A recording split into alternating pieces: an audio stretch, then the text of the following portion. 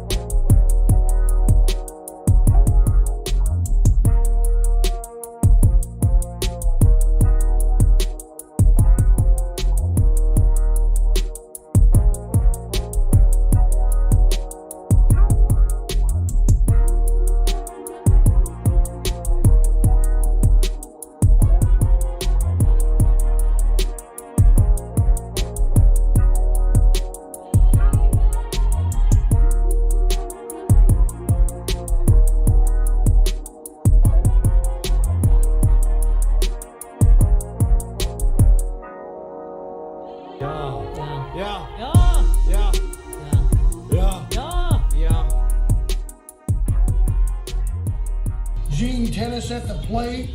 Can I just ask, what's next? Just so I know, what's next? Sorry. Cake batter in my pants and make it look like I cum in my pants? What are you talking about? What's the next joke? Meatball down my leg, make it look like my ball sack ripped open? Brown pie in my undies, make it look like I shit my pants?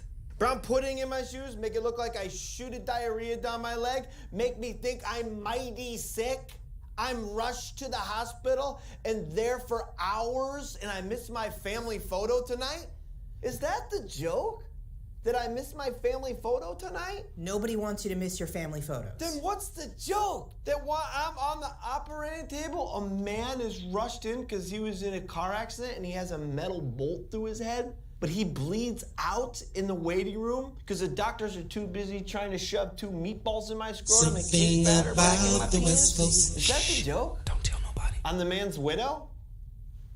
You got her, Jane. You really got her. Something about the West Coast, it makes me wanna ride.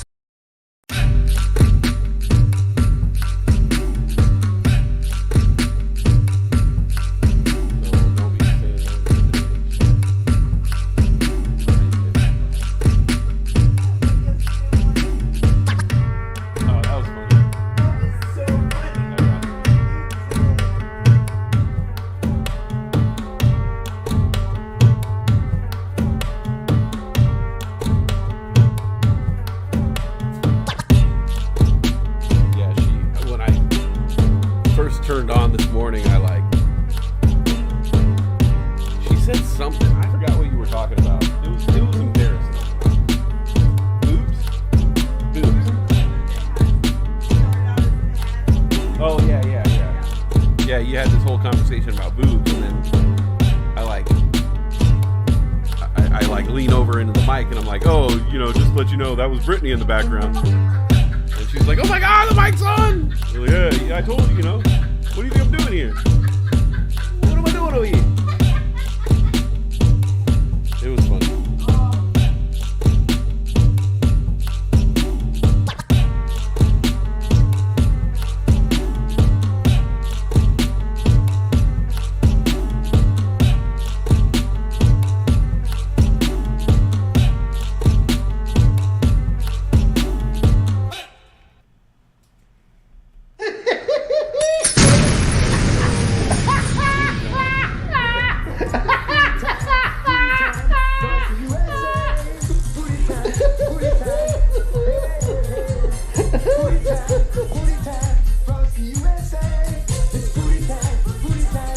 You know, nowadays when I turn on my YouTube, it doesn't show. So when I open up my YouTube, it doesn't have my video just there. Like, this happened to you last week. Yeah, like when I open up on my home page, my video used to be right there. It would be the first video offered to me. Since it's my channel, they're like, oh yeah, you might want to watch your own shit. I don't know. But yeah, like I kind of get disturbed that it doesn't do that, because then I'm wondering, is that like anybody else? Like when I'm live and people are like, oh, he's live, if they just open up the YouTube app, is it right there being... It's never done that for me. Where it's like right there? You have to find it. You need the notification. I need the notification, because then I go up to notifications, the bell, yeah, and then I click where you are. Because you'll be the first notification from like 30 seconds ago. Damn. Yeah. Damn. That's rough. That's the way it's... I thought that was normal for everybody. That's why I thought it was just a content creator when you said that yours didn't do that. No, yeah, it's kind of starting to worry me, because I'm like, oh man, like it's hard enough for people to like find my channel and watch my videos. Like, are they making it harder? Fuck, man. Interesting. Good afternoon, everybody. We got the tree. I'm so happy. Oh my God, you got to see this thing. It's massive. Well, it's a 6-foot tree, you know, but like, it's full. It's a beast. Full. Oh my God. Look at that thing. Look how full it is. I mean, like look at it. It keeps going and going. It's picturesque. It's full. Beautiful. There's no bad sides. We had to cut it. We had to trim it down. Yeah, it was more full on the bottom. Can you imagine? Yeah, it was way fuller on the bottom. We had to cut off a lot of branches. Yeah, we had to cut that chick off at the ankles, you know. Yeah, man, it's a nice tree. And here's the thing. We were going to get a fake tree. I think the fake trees were starting at 60 something. Yeah. For a 4-foot. For a 4-foot. For a 4-foot. Starting at $60 for a 4-foot fake tree. And two things to getting a fake tree. First of all, it's a fake tree. Second of all, when it's all said and done, you got to put it away somewhere. You got to store it. We don't have all that much room. And like the storage room that we do have, that's like out of the way, that we can kind of like tuck shit away, it's starting to fill up. So it was kind of like, that was kind of the question, is like, how big's the box going to be?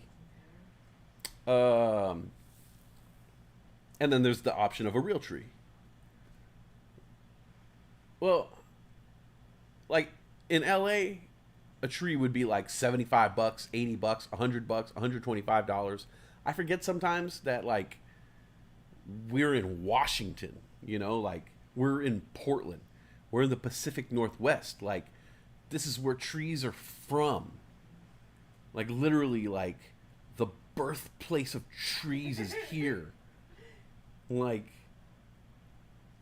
the oldest and tallest trees are along this coastline. The oldest and largest and most massive trees that have been around for thousands of years are all along this coastline. So there's no shortage of trees. So yeah, we went over to the tree lot. Boy Scouts. Wait, Yeah, Boy Scouts. I think it's 3 fingers. I did 2. I think it's 3. That's native. That's racist, babe. Then that 3. That's Native American. I didn't mean to. Yeah. I'm sorry. How dare you? Oh, I thought how. Oh, that's racist. that was a racism check, and I got you. Yeah. How? Oh my God. How? Yeah, so we went over there. It was relatively close. It's raining, but like like I told the guy over there, if you're dressed for the rain is fine. It can rain on you all day if you're wearing waterproof clothing. It just falls right off you and you don't get wet underneath. I'm wearing the same clothes that I wore underneath. I wore the pajama pants underneath underneath my water pants. I wore all this underneath all the other layers. Took it all off, and now I'm like, comfy. I had the socks though. I got rid of my socks. Yeah. The socks were in the boot. The boot, was a lot. Yeah, a boot. You know what that's a boot? Das Boot. Das Boot. And so, went over there. It was the Boy Scouts of America tree lot. It was off the side, it was off to the side. It wasn't like down the main road. It was down, kind of in the cutties. But it was, first of all, the property was like a 100-year-old church, 1900, so 123-year-old church. Beautiful, cute. There was like a little, where I was looking at in front of the car where you were parked, you were in the car. There was like a little river, like a little creek. And then that creek ran into that other person's lagoon. Yeah. Badass little property. Oh my God, so little tiny tree lot, and they had all the trees. So, what do we like? Douglas fir. We like a Douglas fir, Yes. not a noble. No. There's nobles. I know this now. I noble this now. Okay, because I nobled it. I mean, I Googled it. I didn't Google it. I nobled it. I saw it with my real eyes, in real life. There's noble, and people are like, okay, you lost us, bro. Okay, when you go to the tree farm, there's 2 different kinds of trees, and I never know what kind of tree I want. I never know. So I can never say it. I can only describe it, and I look like a dumbass. Now I know there's kind of 2 trees. There's kind of 2. There's the noble, and there's the Douglas, right? Mm-hmm. The Douglas. We, being the upper crust people that we are, we like the Douglas. All right, the Douglas is, see, the noble is noble, but Douglas is like up here. It's like Douglas, like that's yeah. In my eyes, I feel like even though the noble is more expensive, but here's the thing about that one. Tell me. I feel like that one dries up quicker. The noble. The thicker branches, and it all dries up and breaks apart and brittle, and that whole thing will just sheds. Yeah. And when you take it out of the house, it's just ugh. We had Noble last year.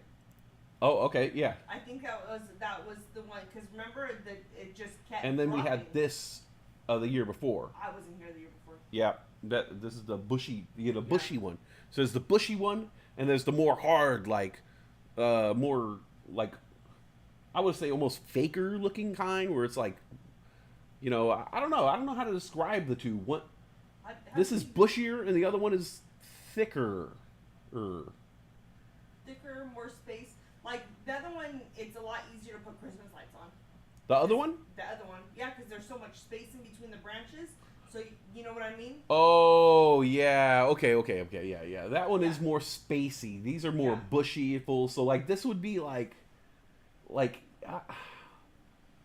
There's just more, there's it's like a green pine cone, a green upside down pine cone. I mean, this thing is bushy, man. Like, For look, sure.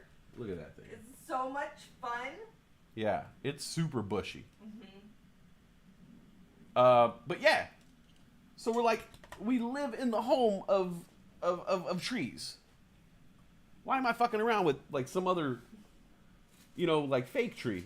Yeah.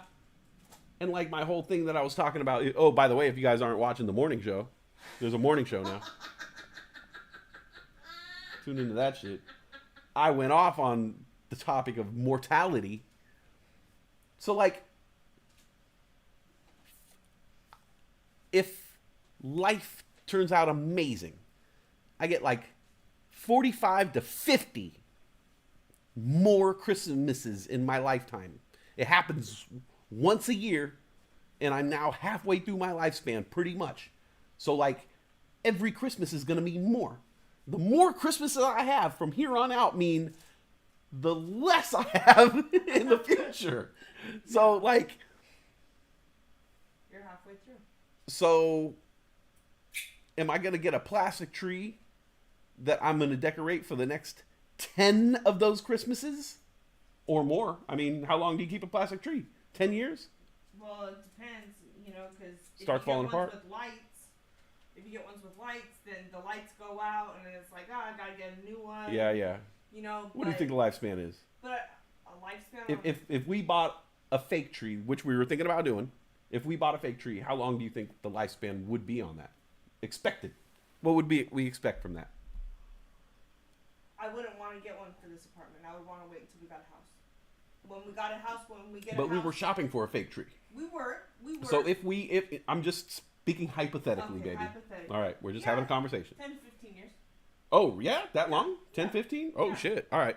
I was thinking like 8 to 10. Well, you said that you don't want to get one that has lights on it. So it can last however long we keep it. Oh, yeah, if it doesn't have lights. But you're also pulling on it and tugging on it and pulling everything off every year. You fluff it, no. Yeah? I mean, I guess you got to get a really good one. Yeah. All right, well. You have to get it expensive. I mean, I look at those boxes that my stepmom had with the artificial tree, and that shit was like ancient. Yeah. That's an old ass box, so I guess they last a while. So yeah. Yeah. But honestly, like when we went into Home Depot and we saw the trees and the trees that were there, and I saw the price on it, I was like, oh fuck, I forgot how much these really are. And then I was looking at them, I'm like, the one I want is $299. I don't want it in this apartment. I want it when we have a house. Okay.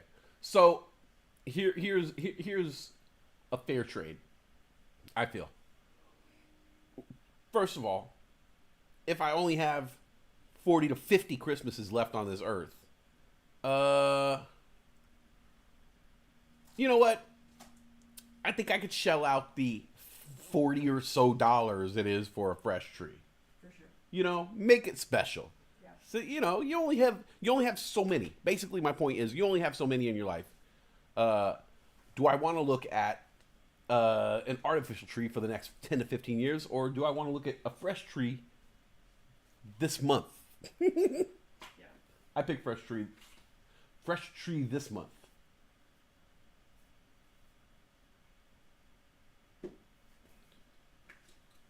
It's nice. I love this tree. Yeah, and when Michael Jackson goes on it, it's gonna look even nicer. When Michael goes on it, when our lights go on it. When the cat's walking around it. Multiple cats. Well, they're eating food. Yeah. They're not making appearances visually. They're here. They're eating the food, but I'm not seeing them. Yeah. My back.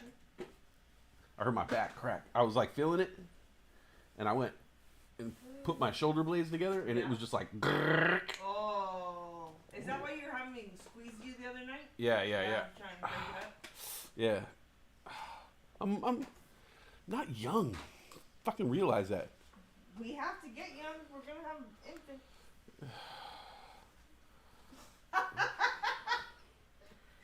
Oh man. We have to. What's up, old Raven? What's up, Cassie? Caesar C. Yeah. To me, it's worth it. And like I said, we're in the home of Christmas trees. Like I can imagine maybe in New Mexico. Wait, New Mexico's got, I don't know, Texas? Yeah. I guess maybe in Texas. I don't know, Caesar C. How much are trees in Texas? Texas has trees, right? They have mountains. I would think so. Maybe somewhere where... I'm trying to think of where trees wouldn't be as abundant. California. Well, California has trees too. Not really. Not some places. Yeah, not something. All right, I'm gonna say California. A tree in Well, I look for a tree in New California. York. Fucking New York would be expensive as New fuck, York I would be bet. expensive Oh as my fuck. god. I mean, I remember looking for a tree in California 10 years ago, and it was fucking like $75 for a little tree like that. Oh, shit. I can only imagine what it's going for these days. Yeah. But yeah, we live in home trees, $42 out the door. And they tie it to your car. Yeah. Took the tree, trimmed it to our specifications, shook it out, cleaned it up. First of all, like when the guy, right when we figured out what the prices were, okay, yellow means $50, or red means $40. Okay, we're looking around, and I immediately looked. I was like, holy shit! A lot of these red ones are really nice. Like, we're gonna find a really good tree right now. And then he sold us on a tree. On a cheaper one. He sold us on, but one of the cheaper ones anyway. But like, he was like, oh well, there's this one, and then he grabs one and pulls it out. And me and her both looked at it. We were like, oh yeah, look at that thing, man. It was perfectly shaped. It had the perfect shape. It was full. We lit up, trimmed it, and then I brought my rope, you know, because I got my rope and shit. And I think I'm like, oh, I got my fucking rope. I'm gonna rope some shit. Meanwhile, I couldn't even get the rope fucking open. I was like, started fucking with the rope. I was like, oh shit, this shit's like a brain teaser. I fucking never thought about this shit. Like, I was like, oh shit, is my knife gonna cut through the rope? Like, my knife sucks. But yeah, then they come over with the rope and they tied it down and all that, so it was like perfect. And then went with the Popeyes chicken. Oh. And I always ask people this, like, when people say, like, they don't like something in particular, food, a movie, a certain kind of experience, I always ask them, like, who were you with, though, when you had this experience? Oh, you don't like such and such movie. Well, that's a good movie. There's no reason why you shouldn't like that movie. Who did you watch it with? My ex-boyfriend. Yeah, that's why you don't, you know. And so I remember I asked her about Popeye's chicken. She was like, I don't like Popeye's chicken. I was like, how can you not like Popeye's chicken? You know, I don't like Popeye's chicken. Okay, well, it's really good chicken sandwich. Like, oh, nope. I had the chicken sandwich. I hated it. I was like, oh, well, you know, they put pickles on it. They probably put, you know, and she was like, I don't know what they did, but I just hate it. I know I hated it. I tried it before and a couple times and I hate it. Like, all right, I think it was a bad experience. Like, you should, you know, nope, I hate it. I tried it. I know it. Okay, right. You know, she's pregnant and she's, you know, we have to watch her diet right now. And so, like, I found if we're out, I'll just say, like, hey, I'm going to go grab myself a snack and I'll go get something that she can't really have, you know, so it's kind of fucked up. Be like, oh yeah, since we're out, I know you got that salad kit at home, so I'm gonna go over here and get that burrito, you know, right quick. But no, we'll grab something while we're out, especially when we're out and about and we know we're gonna come home and eat dinner. It's like, let's just grab something real quick. Grab an item from Taco Bell. Like, I literally went to Taco Bell the other day and had an item, one item. I've never done that before, except like, I don't know, maybe when I was like poor, like collecting cans poor, and I'd be like, oh, it was 79 cents for Chilito. But yeah, I was like, okay, I know where we are in Vancouver. There's a Popeyes right here. I need to get some food in my system real quick. I'll just go and I told her, you know, like, hey, I'm gonna get a snack. Is there anywhere you would like to go? Because I figured right next to it was Del Taco. Well, Del Taco was there too, so I was like, okay, she'll find something at Del Taco. I'll go to the Popeyes, get my Popeyes, and yeah, then we'll take her to Del Taco or something along the way, you know, around the, you know, I knew there was that coffee shop down the road, and there's all kinds of stuff around there. I'll get her something else. I'll get Popeyes. I'll get me Popeyes. She's like, oh, I'll take a chicken sandwich. I was like, are you sure you don't like that? You don't like stuff. All right, we'll give it a shot. And I'm thinking, I'm like, how's this gonna go, man? how's this gonna go? Am I gonna get this? She's gonna be like, nope, nope, no, and I'm gonna be like, what is it about it? What is it about it that you don't like? What is it? I want to know. I want to know what is it about it that you don't like it. What is it about it? And so I'm so worried. I see the sandwich has pickles and mayonnaise, and I say the most confusing shit, which is, hey man, but can I have the sandwich? I just want the condiments in it. I just want it mayonnaise and the bun and chicken. And the guy's like, yeah, so you just don't want pickles on it? And I was like, yeah, but I don't know any other way to say it without like, I need the importance of this to be known, that this is the last shot. This is the last chance any of us have again in our lives. I'm like thinking you guys don't know how important this is right now. You are going to make or break this experience. All right. Because if you fuck this up, if a pickle goes on that sandwich, if you put a pickle on that sandwich and take it off, she's going to know. And we'll never come back here. This is it. This is the last shot you have, Popeye. Yep. Get her the chicken sandwich. There are no pickles. No pickles. I get some chicken tenders. Amazing. Yeah. Large mac and cheese. Small red beans and rice. And we're out.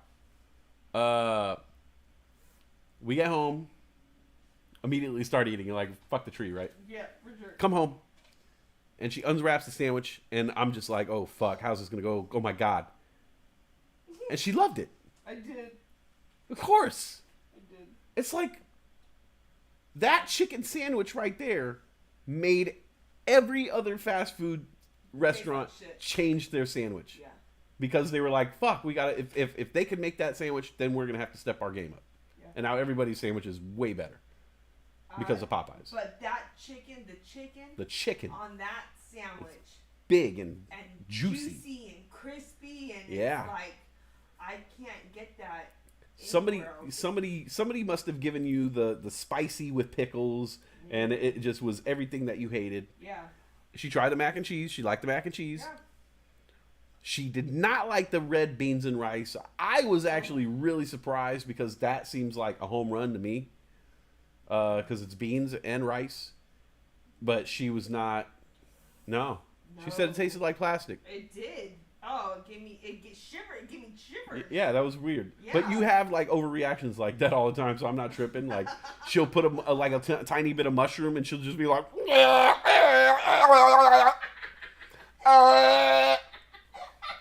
napkining. The napkin will be ripping apart on her tongue, and she'll be like brushing food off her tongue with the napkin,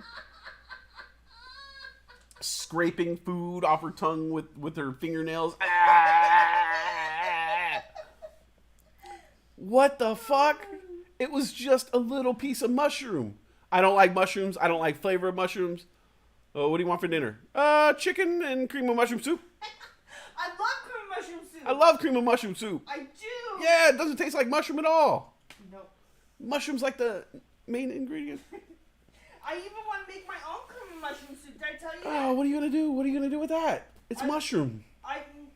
I found a recipe that says it tastes better than Campbell's condensed cream mushroom soup. Yeah, because it probably tastes more like mushroom. Because people are like, mushrooms taste amazing, and you're gonna make it, and it's gonna be hella mushroomy, and you're gonna be like, fucking swine. Oh.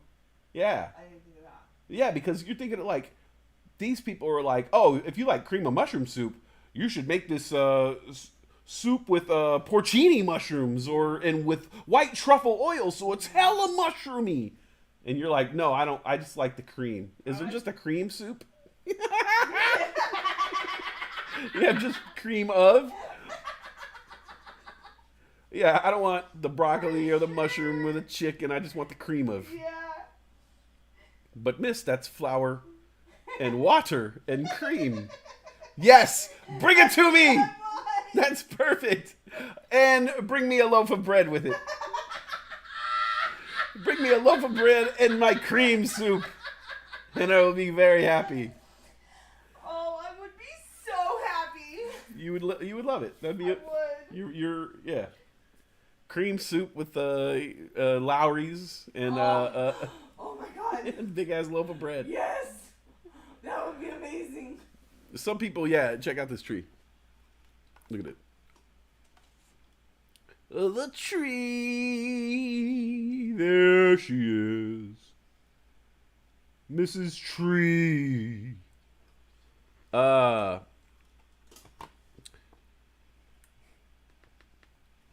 Yeah.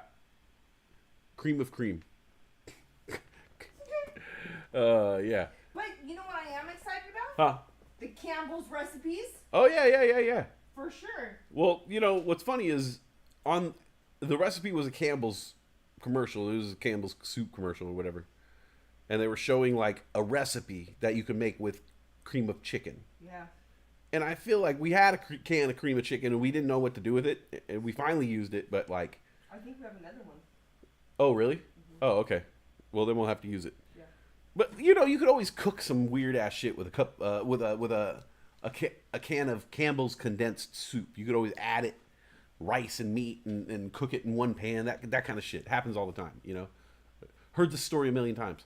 Well, as they were making it on the commercial, I was like, I know this recipe. I eat this. This is... And they added the peas, and they added the bacon. They added... And I was like, oh, that's spaghetti carbonara. Which is like one of my favorite... like if I go to a spaghetti restaurant, like an Italian restaurant, or a pasta place, and if they have that on the menu, I'm going to try it. Because it's so good. It's so good. It's bacon, peas, which for me, I'm like all good with the peas, whatever. I don't need those, but I guess like if you don't get the peas, then it's just like bacon, cream, and cheese. Yeah, which is like yeah, right. But like then you feel like a dick when you're eating it. You're like, oh fuck, like I could have had like a pea or something in here. Like, oh. So it's kind of like a dick move to throw peas in there because you're like, yeah, peas. Yeah. Oh, you could probably put broccoli in there. Hey, fuck your broccoli, pal. It's not about that. I'm just trying to fucking make people think I'm not eating a plate of meat cream.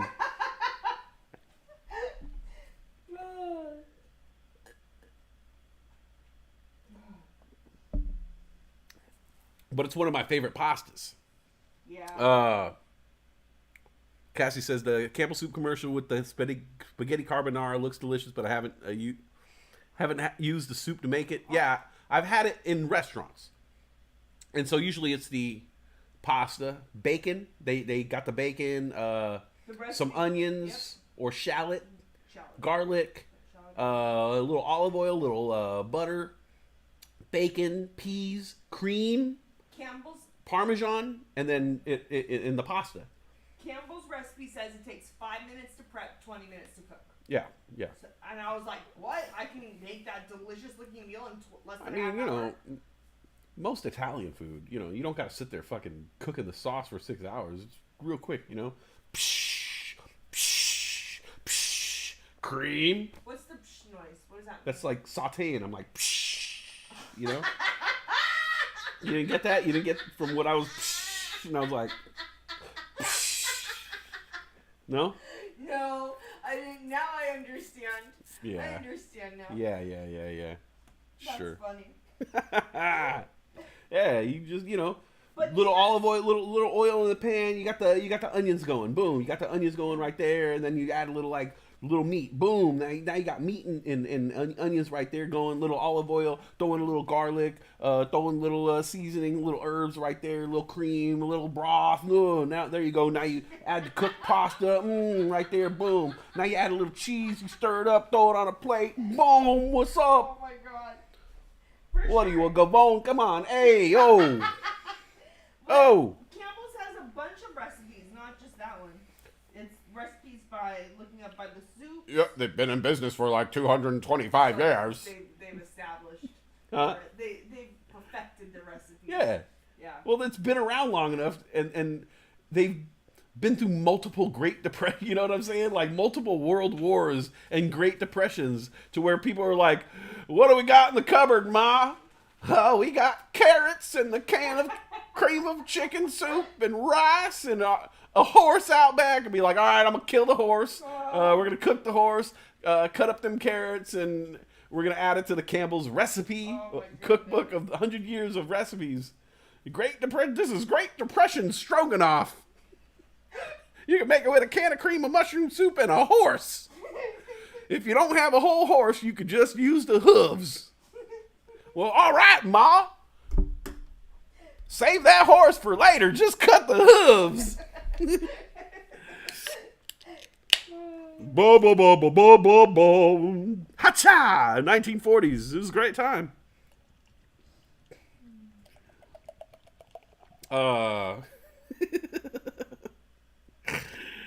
It's a shame about that fucking horse, man. That's real fucked up. Why'd you have to kill that horse, Wes? In your imagination, in our imagination, in the collective imagination of everybody, you had to kill that horse. You had to put that image of in our heads, man. That's fucked up, Wes. Use your imagination for other things. But yeah, Campbell soup. Come on. They've been around forever. Oh, I didn't know what that was. I was like, what are you doing? Oh, I was not. You were like, I didn't realize I was tired. But I obviously haven't. Oh, I did have coffee today. I don't know why I just yawned that big. yeah, it was a big yawn. It was like when an animal yawns. Like, ah. Our kid is gonna be so fucked up. Oh man. I wonder if I'm gonna do like what I used to do to Gizmo when Gizmo would yawn, because animals yawn uncontrollably with their mouth, just like because like humans, we know better. We know, like, first of all, most humans know that like the two ugliest things that you could do is yawning and sneezing. And at least sneezing, it happens so fast it's over. You're just like, achoo! But like the funniest facial expression. If you sneeze, and if you sneezed and like people were taking like photographs, yeah, you're done. And you're done, because you're gonna be like, ow! You're gonna look so stupid. But like yawning, just like if you have one chin, you're gonna get two chins. Yeah. If you already have two chins and you yawn, you're gonna have like three chins, and you're like, when I yawn, I'm like, "Rah!" And my chin is just like, I look like Jabba the Hutt. I'm like, "Rah!" And your mouth is open, and so humans know better. We're like, oh, and we try to cover it up. Sometimes I try to eat my yawn, where I'm like, and I try to yawn inward. It doesn't work. Everybody knows what you're doing. But cats can't help it. They don't, like, cat would never take his paw and be like, "Ah!" It'd be cute. Like, I pray that that's the first evolutionary move that happens, that animals start to just cover their, "Ah!" That'd be like, cool. Evolution. Darwin was right. Look at those motherfuckers. It's cute. Hobbs, do you remember Hobbs's yawn? He would always go, do you remember that? He yawned like an old man. He yawned like an old man, made hella noise. And Gizmo started to know over his cat career that every time he yawned, my finger was going right in his mouth. Every time. Anytime Gizmo yawned, I'd be like, oh, this is my opportunity right there. And nothing was better when he closes his mouth and those little teeth hit my fingers. And he's like, oh, I bit something. Yes, motherfucker did it to me again. So I wonder, am I going to do that to my kid? Like when they yawn, and I'm going to be like, oh, shit, my daughter's yawning. How cute. Oh. Ah. Little gums. Feed sack dresses. Wonderful fashion. Oh, back in the 40s. Feed sack dresses.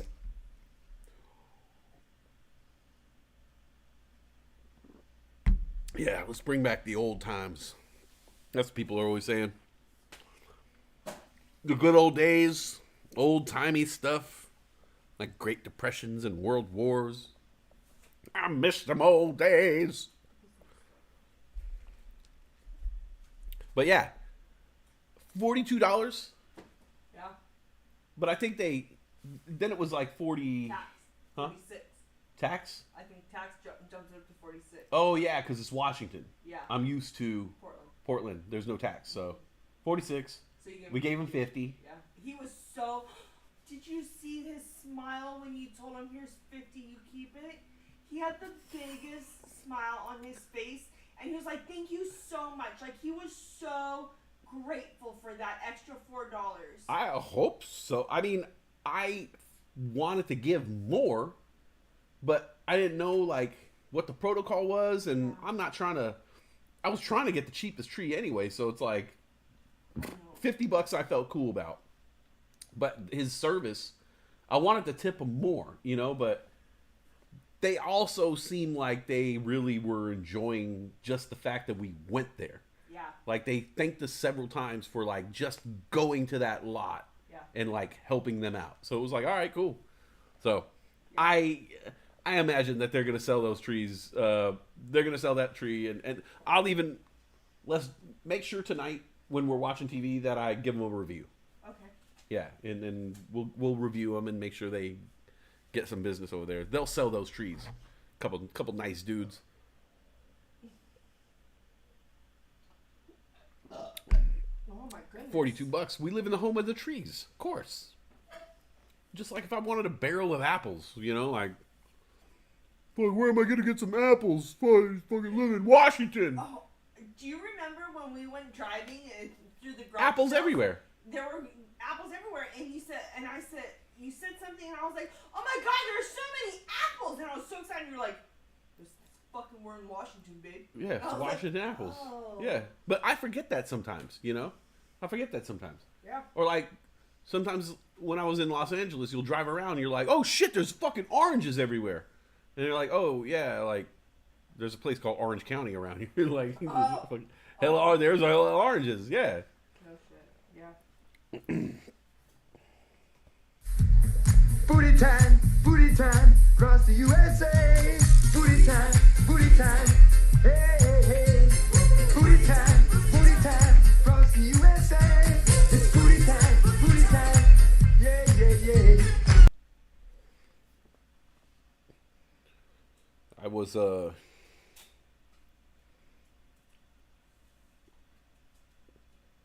I was looking at the National Day calendar, you know, because now I'm super interested in like what day is the day every day. Every day now I'm like, so I was just talking about this one, the first one on here.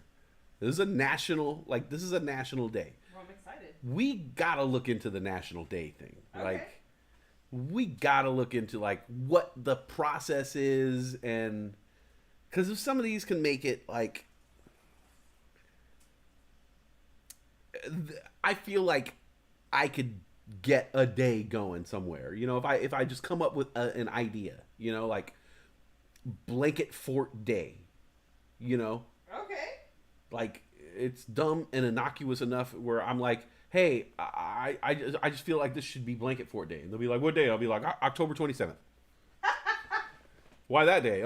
It's because I always make blanket forts and it's a thing. I don't know. I wasn't expecting you to ask this many questions. Okay, so the first day here is National Microwave Oven Day. No. Yeah. Don't look at me like that.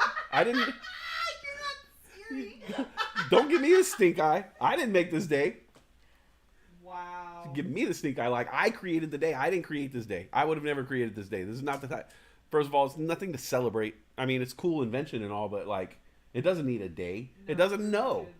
It doesn't know. No, it's an inanimate object. Right. At least like, if you gave a Puerto Rican a day, the Puerto Rican knows. Yeah. You know.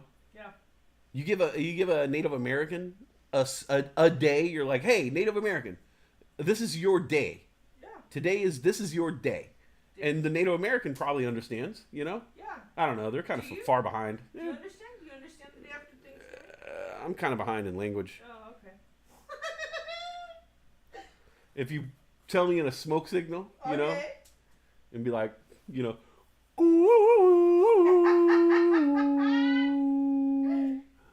throw some sand in the air. And I'll be like, oh, okay, the sand.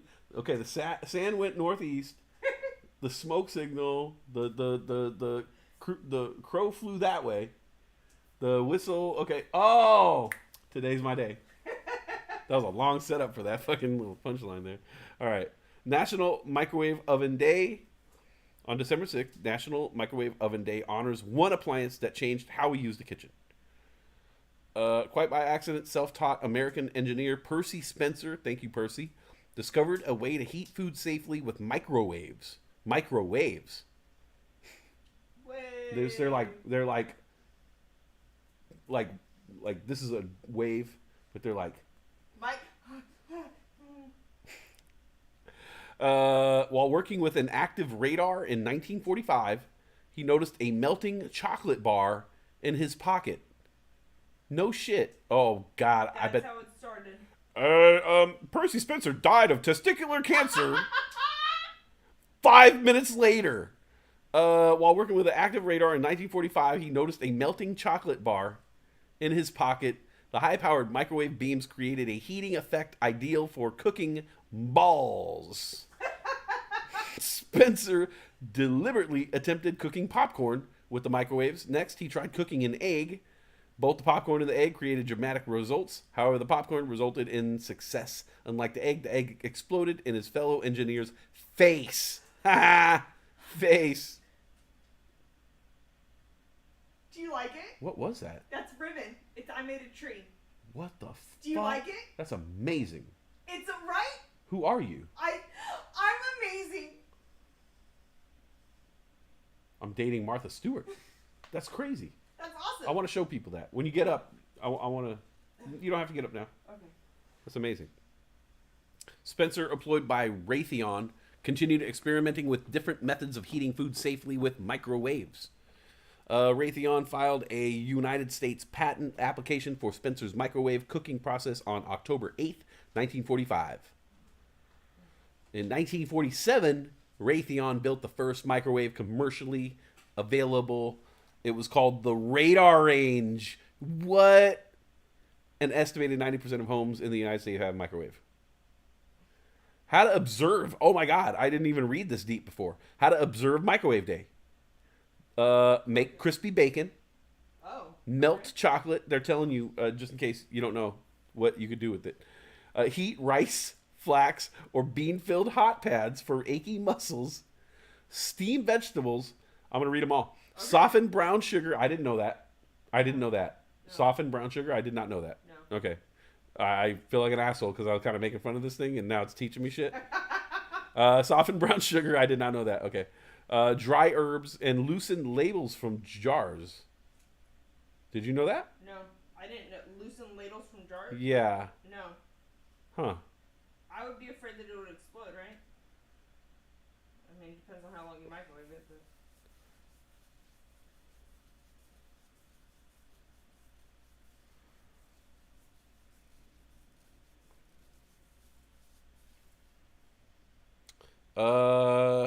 All right, I got to stop reading. I'm reading way too deep into the National Microwave Oven Day. This is crazy. All right, well, anyways, that's some shit. I did not know that. I'll give you that.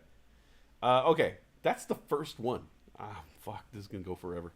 The second one is this one is the ridiculous one. Okay. Because there's always one where you're just like, really? Yeah, I'm gonna click on this one and read a little bit more about it, but this one really pisses me off.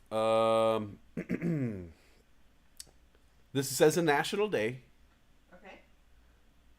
Mitten Tree Day. No, what's a mitten tree? Mitten Tree Day. What is that? December 6th. I don't know. I'm going to click on it. All right. On December 6th, Mitten Tree Day celebrates the gift of warmth. It's a day to collect mittens, hang them on a Christmas tree, and then hand them out to those in need. Okay, we don't... Oh. Yeah, but... Oh, no. It could be Mitten Giveaway Day. It doesn't have to be Mitten Tree Day. Oh. Those who live in cold climates understand the necessity of mittens. This winter clothing item is essential for the keeping hands warm while outdoors. Unfortunately, there are many children... Don't children me. Mittens have been around. Many believe the oldest mittens come from Latvia and are 1,000 years old. No, I'm sure mittens are older than that.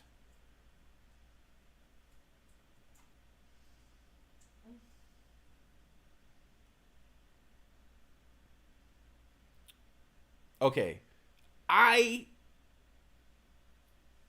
Okay, so here we go. Mitten Tree Day history. This is what I want to know. Some say that Mitten Tree Day is a response to the book The Mitten Tree by Candace Christensen. However, newspaper references prove this day began before the book came out. One newspaper article. Oh shit, this is gonna blow my mind. This is gonna blow your mind. Okay. One newspaper article came out in 1949. This has been going on since 1949. Holy shit. According to the article, children of the primary department of St. Luke's Lutheran Church clipped mittens and gloves to the branches of a Christmas tree. These gloves were then turned over to the Lutheran World Service after Christmas and were distributed to the boys and girls in Europe, where warm clothing was badly needed. In the 1950s and 1960s, Boy and Girl Scout troops collected or made mittens to give away at Christmas time, hanging them on trees. In recent years, Mitten Tree Day events have been held annually on December 6th. Crazy. Yeah, way to But make me now I feel, wanna- way to make me look like an asshole, Mitten Tree Day, yeah. because I came out swinging. Yeah, you did. I came out swinging on Mitten Tree Day. I was like, this is a bunch of bullshit right here. Boo this man! You know what? That story actually, the feeling I get when I heard that story is, oh, I should be donating something to. We donate hella shit. I know. We've donated a lot of shit this year. Oh, we have. Yeah. You ever suck some dick for marijuana? Huh? Trust. How many shoes have you donated this year? Oh, more than I wanted to. Yeah, babe. You put 20 women out there have shoes because of you. Yeah. Or Goodwill is selling 20 pairs of shoes somewhere. I don't know. You gotta find one of those free stores. Yeah, free store for Yeah. sure. We saw this thing on what was that? Streaming platform?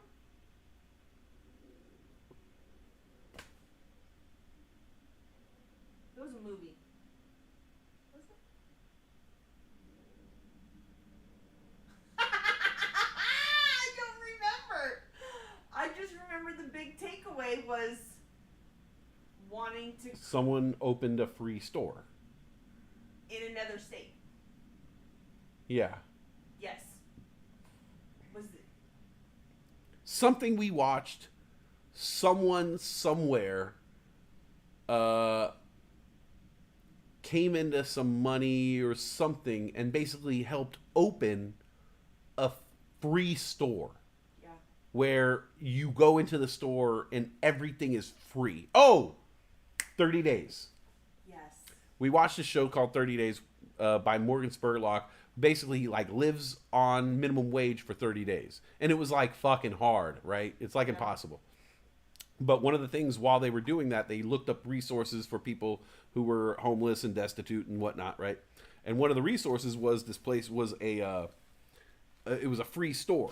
And people can go in there and furnish apartments, get a suit, get things for cooking, whatever. And so while they were on minimum wage for 30 days, they ended up by finding this, like, I don't know, a week or two in.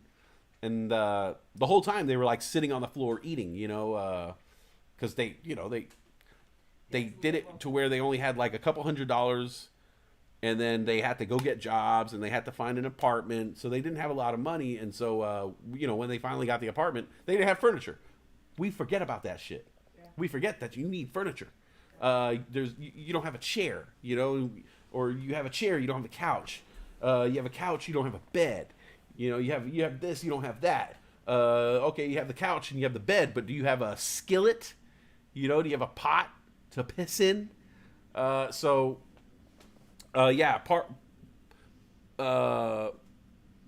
During that, they introduce you to the people who created the free store, and we watched it, and we both were just like, oh my god, like if we ever get to the point where we can help out people like that, free store. Absolutely. Free store. I mean, honestly, we gave so much to charity this year. We could have opened a free store. Yeah. But then we'd have to like invite like But it was just invite them here and have them come into our house and like no thank you. I'd like to give you things from like arm's length if it's all possible. Yeah. Yeah, I just want to give anonymously. I don't really want to look you in the eye.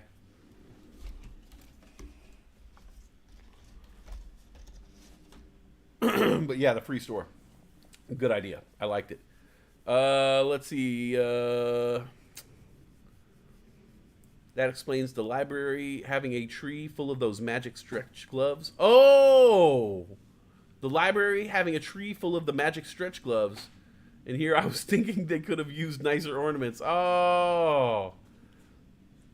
Brian Joel says, are you looking at it? Oh, there's their stocks? Crypto? I don't know. That's more of a morning run thing. That's more of a morning run thing.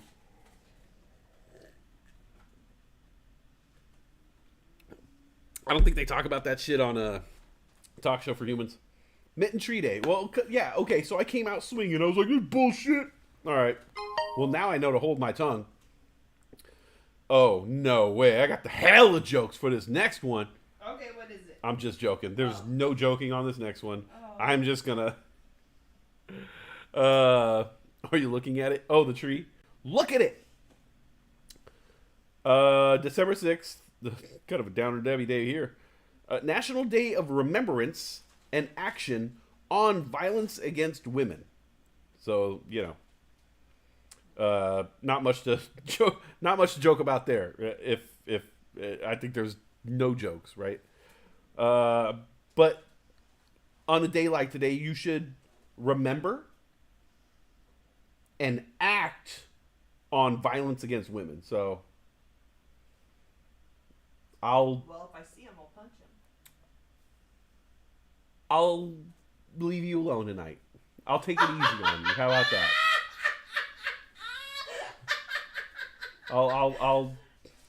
I'll ease up. I know I'm really.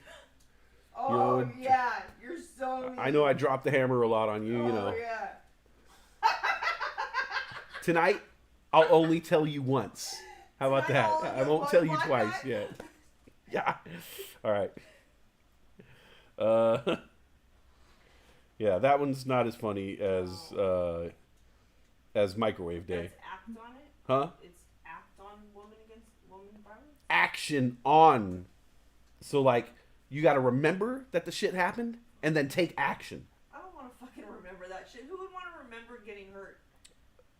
I mean, you know, obviously, you know, it's well, you know, just like the same thing where it's like, you know, Holocaust Remembrance Day, and it's like, fuck, man, like, Yeah. Like, honestly, like, I think about that shit every day, you know, like, I don't need a special day to think about, like, the Holocaust or the slave trade or the evils that have been done to women and animals. Like, I think about that every day and try to make the world better. For sure. So I don't need a specific day, but I guess, like, a lot of people are assholes, so they have to make a day where they're like, all right, we need at least one day where you don't fucking hit women. And we fucking remember to, like, be nice to women. And, you know, just everybody. All right, St. Nicholas Day. Maybe this will tell me something about... Oh! 3rd century. On December 6th, St. Nicholas Day recognizes the 3rd century saint who became an inspiration for modern-day Santa Claus. We were just talking about this. Oh, here we go. St. Nicholas is known for selling all his possessions and giving his money to the poor. Raised as a devout Christian, St. Nicholas dedicated his whole life to serving the sick and suffering. Legendary stories about St. Nicholas later became part of the inspiration for the modern-day Santa Claus. No shit. For example, during the 3rd century, a daughter's chances of marriage increased when her father offered a large dowry to prospective husbands. One story tells of a poor father with 3 daughters. He had no dowry to offer. Wait, that sounds like a traditional... Wait, why would you tell me that? For example, during the 3rd century, a daughter's chances of marriage increased when her father offered a large dowry to prospective husbands. So what happened? One story tells of a poor father with 3 daughters. He had no dowry. Oh, traditionally families left their shoes by the fires at night so they could dry. On 3 separate occasions, old St. Nicholas provided a dowry for each girl. Oh. Legend says he made gold appear in their shoes drying by the fire. Oh, That's stockings. Stockings. Oh, the girls dried their shoes by the fire, and St. Nick put gold in their shoes. Oh, that gives me warm fuzzies. Oh, okay. But it's also like motherfuckers are selling off their daughters and shit. Like, that's fucked up. Yeah. Like, oh, I'm so poor. I'm never going to get these bitches out of my house. Oh, no man will take them off my hand. Didn't Jane Austen write about shit like that? I'm sure. Yeah. I don't know. But that's pretty fucked up because, like, if a father was poor, then his daughters had to stay with him. It's like, fuck. He would probably hate them. Be like, fuck, man. And you had to pay more if you had an ugly daughter. Yeah, I got to feed you. Yeah. Like, no man will take you off my hands. Yeah. Was that it was really just a fucking burden for them? That's fucked up. Right. Oh, let's remember that today. December 6th. Good thing we're remembering this shit. While St. Nicholas Day is not to be confused with Christmas, some similarities do exist. Traditions include leaving gifts and shoes, the exchange of small gifts. Another tradition suggests leaving treats for good boys and girls. However, the naughty ones receive a twig or a chunk of coal. Sounds like Christmas. They say Saint Nick was born in the village of Patar, located in the southeastern coast of modern-day Turkey. Interesting. Very interesting. Buried in a tomb in Myra, water believed to have healing powers formed in his grave. It is called the Manna of Saint Nicholas. That's a real thing? Wow. Oh, December 6th is known as the Feast of Saint Nicholas, widely celebrated in Europe. How to observe St. Nicholas Day. You could leave a special note or a small wrapped piece of chocolate. Leave a coin or an ornament for the tree. Sell your daughter for gold to neighboring farmers. Huh. All right, well, in a year I'll be able to sell my daughter to neighboring farmers. Christian Bishop was born in Patara, Turkey, March 15th, 27 AD. Okay, that's really dead on. How did you fucking know that? Is St. Nicholas also Santa Claus? No, St. Nicholas inspired the idea of Santa Claus. The Dutch word Sinterklaas is also linked to the history of Santa Claus. So it's kind of like 2 stories in one. Interesting. Okay, St. Nicholas Day. Here's one for the miners out there, Bitcoin miners. National Miners Day honors the contributions of miners across the country. Additionally, the day reflects on their sacrifices and offers time to show appreciation to the mining country's hardworking individuals. Miners. Gold. So the 49ers. Silver. Miners. 49ers, yeah. Yeah, it's 49er Day. All right, December 6th, National Miners Day. Miner 49er.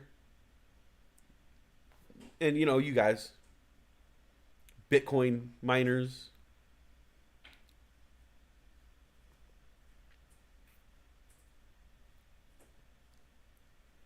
There you go, cup of coffee.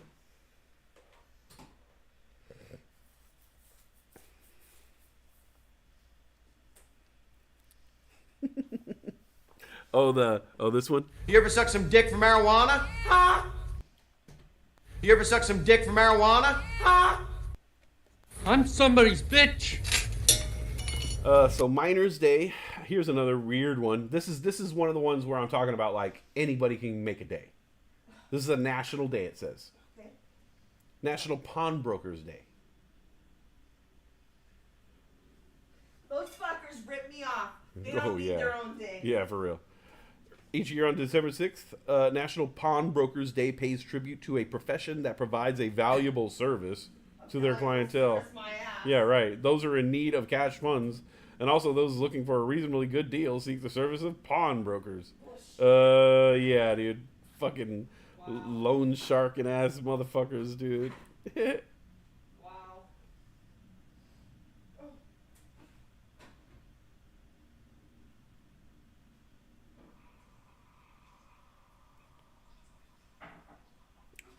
That's it.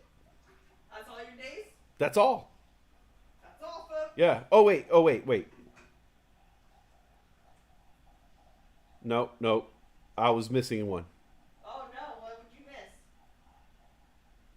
National Gazpacho Day. I feel like I'm supposed to know what that word means, but I can't. It's a soup. I think it's a cold soup. Oh. Spatch. Let's see. National Gazpacho Day on December 6th recognizes a flavorful soup that cooks serve cold. Yeah.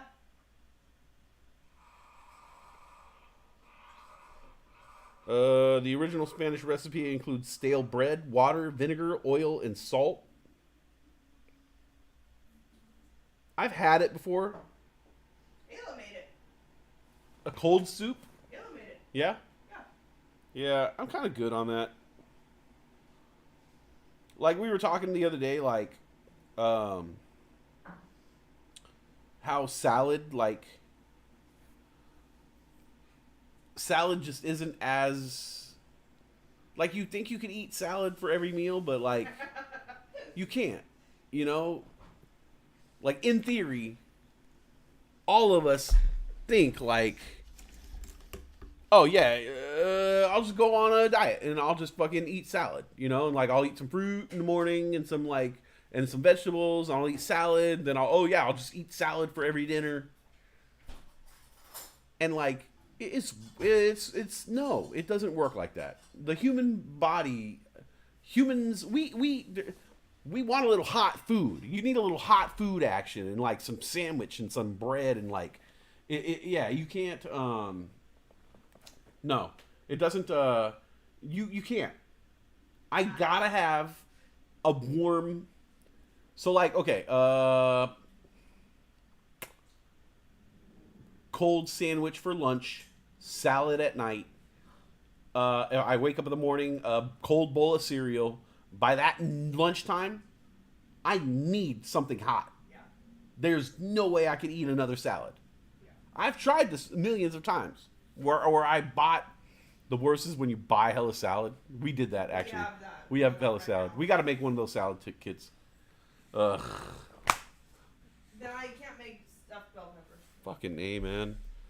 Can we have stuffed bell peppers in salad? The one salad kit in there. We have to make. Wait, can I just ground the beef to put on top of the salad? Instead of doing stuffed And make bell like a peppers? taco I feel salad? Like that's too much. I feel like that's too much vegetables.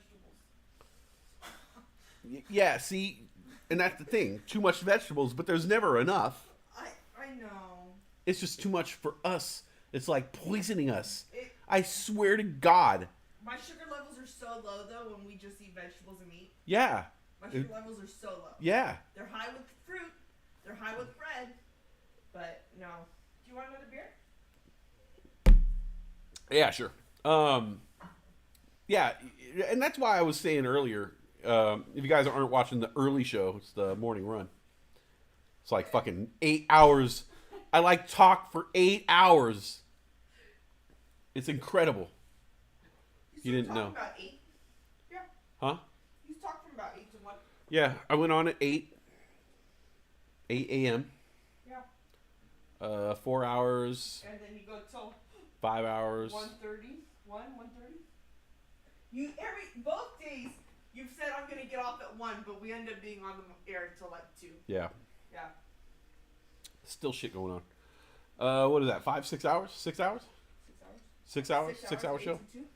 Fuck it. I just do that shit all the time.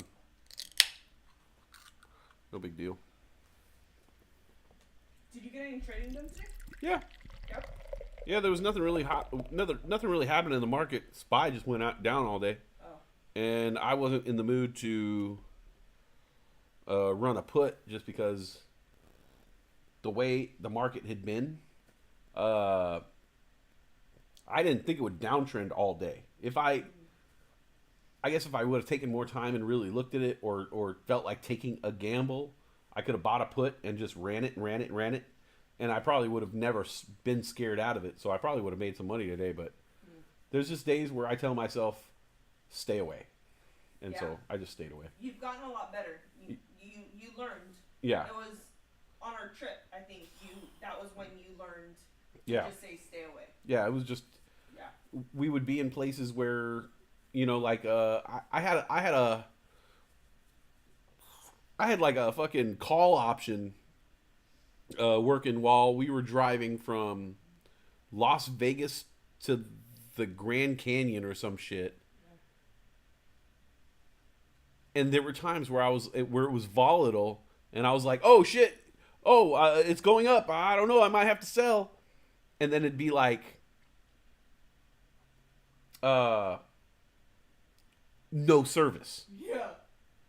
And we're on the southern rim of the Grand Canyon.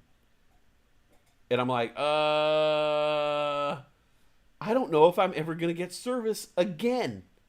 And I have an active option going that I need to do something about in the next 45 minutes. And I was like, what am I doing, bro? What am I doing? Like, I'm on the rim of the Grand Canyon, and I'm fucking looking at fucking Weeble. Nah, dude. Not a good look. So I was like, fuck this. All right, we got to shut it down. And then it became funner. Everything became funner when I didn't have to worry about that shit anymore. Yeah. And it wasn't that you didn't have to worry, it was that you chose not to. Yeah. Yeah. I mean, we all have the choice. Yeah. It's a cold soup, but why in winter and not in summer? Yeah! For sure. Right. For sure. It should be butternut squash soup day. Maybe it was originated in Australia, so it's hot over there. It's Oh, gazpacho. it's national. It's not gazpacho, mate. There's no food that humans eat that was originated in Australia. You don't think so? Name one. I don't know. I don't know Australians. Like, name your favorite Australian food. Crocodile. That's your favorite? Yeah, that's your favorite food? No. It's Outback Steakhouse. Oh, I guess that is Australian. Yeah. Outback. Steak and shrimp and lobster tails and biscuits, mate. Yeah, Hugh Jackman. And by the way, that movie, you were like, oh, name who's the voices. For sure. As soon as the first one, I was like, well, Hugh Jackman. That's fucking that's the one Hugh Jackman. That's the one. All right. I don't know about the rest of them. But that was a good cast for doing that cartoon, huh? Yeah, right? Yeah. Yeah. Yeah, I was very impressed.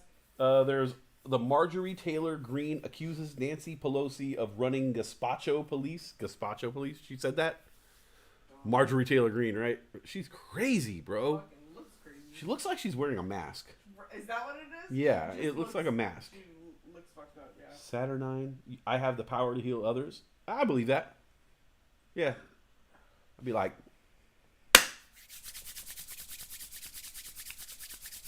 Danielson, stay still.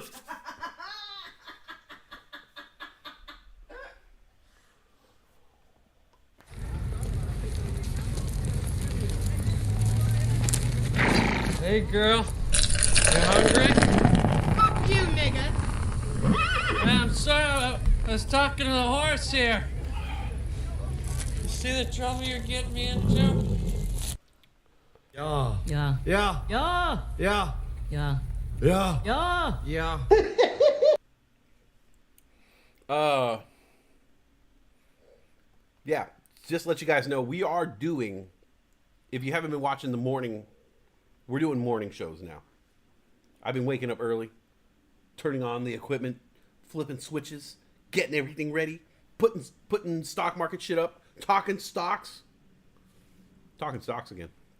Talk stocks for like 90 minutes straight today. Just You did. I was like, okay, he's doing his thing. I'm gonna work. yeah. I feel bad for. Sometimes I feel bad for you because I'm probably just droning on about. You know, I wouldn't buy it here. Look at it, all-time low, all-time high. Blah blah blah. Normally when you talk stocks, like it's gotten better because now when you talk stocks, you explain it in a way that the layman can understand, i.e., me. You explain it so I know, and I have a general concept as to what you're saying, and that is so helpful because the shit that I used to watch when you were on the other channel, when I would listen to you and listen to other things that other people told me to listen to, I would be so fucking confused. All the fucking time. Like, I looked through my notebook and I was like, what the fuck am I even writing? You know, it's like so fucking dumb. And so, but with you, I'm able to understand and I really appreciate it.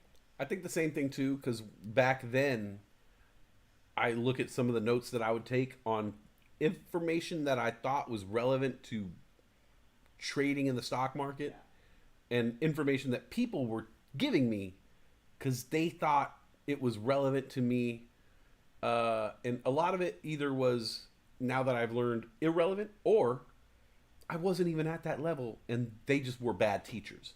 They didn't know. They were giving me confusing information that I wasn't at the level of, instead of giving me information down here and you know, me growing with the information, instead of giving me information that was far out of my reach and I would have to research and learn and get to. It's like, that's no way to learn. I think one of the biggest things that I literally say every day to myself, call up, put down. Call up, put down. Yeah. Put down. Yeah.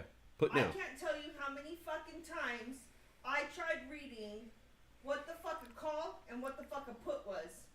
And everything was so elaborate and all these words. And I'm like, what the fuck are you saying? What the fuck are you saying? And you gave it to me in the simplest form months ago. And so I say it to myself all the time. Yeah. And what's funny is that was never explained to me in that simplified version. What she's talking about is like when I was talking about explaining options in the simplest way. And the easiest way I could explain options are, there's two different kinds of options. You're basically going to guess which way you think the price is going to go. If you think the price is going to go up, it's a call. So call up. If you think the price is going to go down, it's called a put. So put down. Call up, put down. Those are options. You think it's going to go up, you're buying a call option. You think it's going to go down, you're buying a put options. Call up, put down. It's so simple, but like everybody had to explain the inner workings of that, you know. And sometimes I felt like, and maybe that's ego, and maybe that's what makes a good teacher better than a bad teacher, is I think good teachers are able to put their ego aside and realize that it's about teaching the other person and not so much showing off how much you know. And I think a lot of bad teachers will show off how much they know on a topic, how fast they could talk about the topic, how well they know the topic personally, and then it leads the other person into feeling very inferior, and you're just like, well, fuck, I don't even know, and I'll never be at your point, so fuck this topic, I'm out, and I've checked out. And a good teacher can remember what it's like to be the person who didn't know anything about that topic, and so they're able to explain it in that way, you know? Explain it to me like a 5-year-old, explain it to me like a 10-year-old, then explain it to me like, you know, a teenager. And then an adult eventually. We'll get there. I love that one too. You hungry, girl? You like that popcorn? It goes in your mouth. It goes pop, pop, pop, pop. I love that one. How about this one? Let's see what else I got. I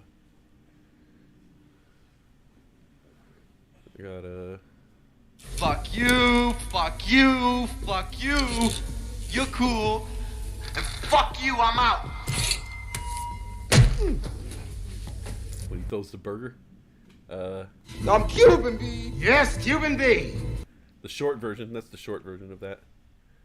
Let's see.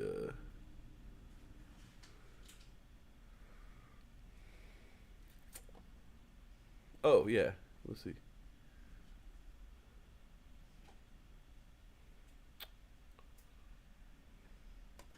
If I wasn't Jamaican, then why would I wear this hat? This one? Did you ever see the back of a $20 bill, man? No, I don't know, yo. Did you ever see the back of a $20 bill?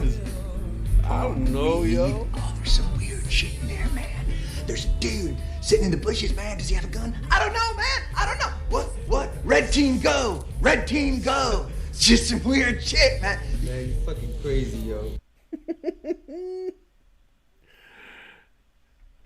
Did you ever see Son of a Woman? Yup.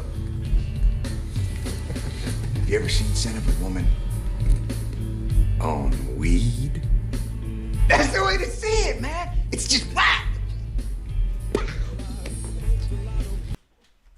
What do you guys want? Get some sour cream and onion chips with some dip, man. Some beef jerky, some peanut butter. Get some Haagen-Dazs ice cream bars, a whole lot of hot. Make sure chocolate. Gotta have chocolate, man. Some popcorn, red popcorn, graham crackers. Graham crackers, the marshmallows, the little marshmallows, and little chocolate bars, and we'll make some s'mores, man. Yeah, that's what I'm saying. Hey, Brian Joel, let me ask you a question right now, since we got you in the room. What would be, because crypto's been crazy. Crypto's been very crazy. And I think a lot of people, like, want to get into crypto, but it's kind of like a weird spot, because, like, crypto's been going crazy for the past few weeks. Sometimes I look at some of these cryptos and I'm like, oh, they're already up. You know, maybe it's too chancy to jump in right now.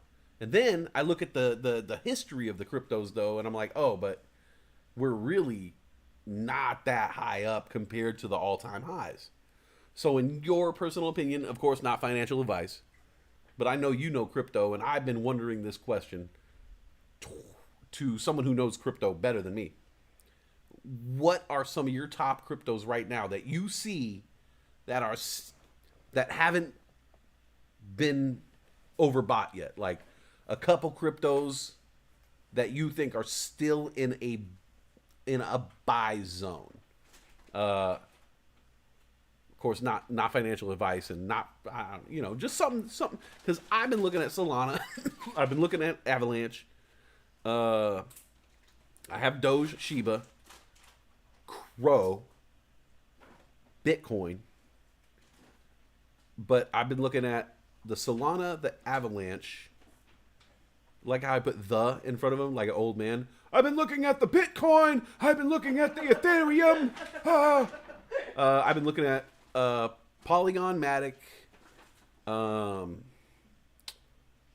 Avalanche, Solana, Polygon, and Mana, Decentraland. Mana and Polygon. You bought ICP. Oh, okay. Internet Computing Coin. Okay. You ever watch Talk Show for Humans on weed? I hope so. I hope you're watching on weed, man. The MacGyver smoker is a very handy guy to have around, especially when it comes to reefer. Hey, man, we're out of papers. All right, then get me a toilet paper roll, a corkscrew, and some tinfoil. We don't have a corkscrew. All right, then get me an avocado, an ice pick, and my snorkel. Trust me, bro, I've made bongs with less. Hurry up. This was my last ones, and I did that. Like, I wish I would have done that before, because that's so creative. And then look at how I did this bow. Well, here. Look how I did that bow. Let me see if I could. Oh, I'll bring it to you. Well, That's here. fine. I'm pointing it down there. All right. No, because these are yucky presents. Show that one. That one. Look at that bow. Shake it a little. That's a bow. Shake, shake. That's ribbon. That's ribbon. She made that tree shape out of ribbon. And then do you like this one? I made it with 3 loops on each side and then a long tail. Do you like that? That's amazing. Right? I don't know how you did it. She's amazing. You know, like, I think we forget as humans, it's the fucking little things. Because, like, I've been thinking about the whole getting a PlayStation recently.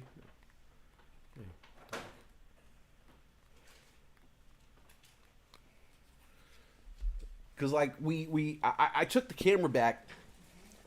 They couldn't fix my camera. So I was really bummed out. Yesterday was kind of a shitty day for me. Because I wanted them to fix my camera. I really liked that camera. I had an attachment to that camera. That's my camera. I had a name. Yeah. And it went... We went on a month-long trip that we're going to remember forever. And part of the reason we're going to remember forever is because we had that camera. And we took pictures with it, and it gave us something to do. You know, we were learning how to use it, and she would play with it, I would play with it, and we took these pictures with it. Everywhere we went, the one constant was me, her, and the camera, because we would never leave the camera in the car. So even if we left our luggage in the car, me, her, and Jacob is what we named the camera, went everywhere on this trip. And the baby, you know? And we had to fucking take the camera in. It was fucked up. They didn't give us the camera back. No. They took our Jacob. They took my camera. And they gave me a fucking gift card. And even though that money is on the gift card, I got a full fucking refund what I paid, and they let me keep the charger, the batteries, the straps, the lens, which is probably worth, I don't know, I'm guessing about $300 easily. I could resell that shit, use the gift card to get something else. Well, it turns out I could actually buy the same camera box brand new. It'll be fine. Right? No harm done. And I get $200 back. Cool. But I also am like looking kind of like, oh, well, what if I buy a cheaper camera? I told her my options. I was like, I could buy a brand new camera box from Best Buy with the money and have a couple $100 left over towards a PlayStation 5. Or I could buy a cheaper camera, get a PlayStation 5, and then eventually sell the lens and whatever. Or I could take the gift card and buy 2 PlayStation 5s. Keep one, sell the other, and with the money with the other, then I'll buy the camera box secondhand and then use it with the lens. I have 3 options. Yeah. Basically. All the options are basically landing with me owning a PlayStation 5 after this, so, you know, we'll make it happen. I'm pretty happy about that. But when we were talking about the PlayStation 5, and I was here thinking about the PlayStation 5, I was looking at the space where we're going to put the PlayStation 5 and games, and yeah, Grand Theft Auto, the preview just came out. I was watching that. Me and Peter talking about it. They got RoboCop coming out. I love RoboCop. But like, I don't think it's going to take over my life like it did when I was younger. I mean, it definitely won't. It can't. I have a kid. I have a girlfriend, you know, a wife. We're not really married. Don't. Everyone's gonna be like, oh yeah, fucking pretending married. Cause I was wearing a ring one time and everybody was like, I wore it to fuck with people and like everybody noticed. I was like, oh, people do notice if I wear a ring on that finger. Wow. But I realized something. I'll get a PlayStation eventually, yeah, whatever. and I'm more or less buying it to keep up with the Joneses in this situation. The pizzas, my friends, the pizzas. But I'm a very simple man. We live a very simple lifestyle, me and my girl. Yeah. And we actually, I think that we could spend a day here sitting in chairs and not spending any money. As a matter of fact, one of my favorite things to do recently is something that she did for free. She took a piece of paper and folded two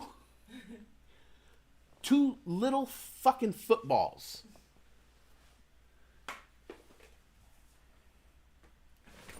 Oh, I'll grab it. I mean, when I say footballs, you know what I'm talking about. This shit. Now. Okay. I don't know if you guys have the skills to make one, if you've thought about it this recently, or if you do this, I don't know. But if you haven't done this for a while, you should try it. And don't just give up on it after the first day. Like, Perfect it. Yeah. Get really good at it.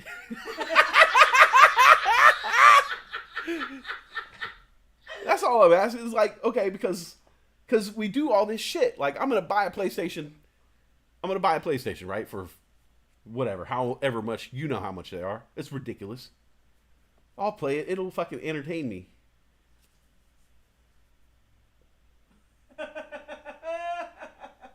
And you might have a PlayStation. You could fucking entertain yourself, and you might be badass at some games and shit, right? But can you kick this shit into the fucking into the flower planter? Can you at will put this wherever you want? Can you look at the carpet like a field and just be like, yeah, I'm gonna put this shit on the 20-yard line. I'm gonna put, oh, see those DVDs right there? See them DVDs? You see how those DVDs are right there? Yeah. Yeah, I'm gonna put this shit right in between those DVDs. Like, I'm gonna put it in between, I'm gonna put it in between Children of the Corn and Dr. Dolittle right there. Doop! Like, see, and you could like, okay, well, yeah, I'm gonna take this, I'm gonna put it on the table, like flat. It's gonna lay on the table. Okay, yeah. And like, this is free. It's magic. It's magical fun. And we'll just be sitting around, and sometimes she'll pick them up for me. She'll go and pick them up and drop them in my lap. And I'm like, oh, thank you. And I could sit there and try it again. Look, I'm no master yet. But as long as they're around, as long as they keep getting dropped in my lap, I will keep attempting the shots until I'm amazing at it. Yeah, and yesterday when you did it, I told you have to angle it back more, and you didn't believe me. I think what I want to do now is I want to take some construction paper. I want to make you more. I was going to make you more. And then I'll just flick all in them into the tree. Get like red, green, gold. Oh, yeah. And I'll just candy canes? doop, doop, doop, doop, doop, doop. Yeah. Well, candy canes are for like tossing behind the back. Yeah, those are fun. Okay. I'm sure we got some, or we'll get some. Okay. But yeah, it's free. Very easy. Like, don't forget about the free fun shit. She was showing me. I bought a book on doing the cat's cradle shit. For sure. With the yarn. And I found the book at a little random shop, and I was like, ooh, perfect. Like, because I want my daughter, I didn't know I was having a daughter at the time. I want my kid to know this shit. I don't want this going away. I want my kid to know this shit. I'm going to buy this and give it to the kid when they're old enough.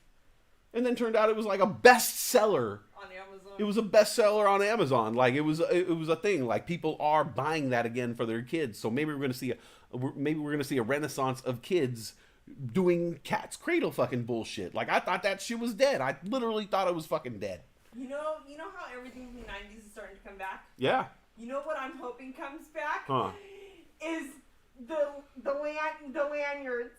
Remember that you would take 2 colors and then you would make squares, and you can do it in a swirl or you can do it squares, and then you'd hang them on your keychain. Is that like that plastic Yes! shit? Yeah. Yes, I loved those. What is that called? I don't know. I called them a lanyard.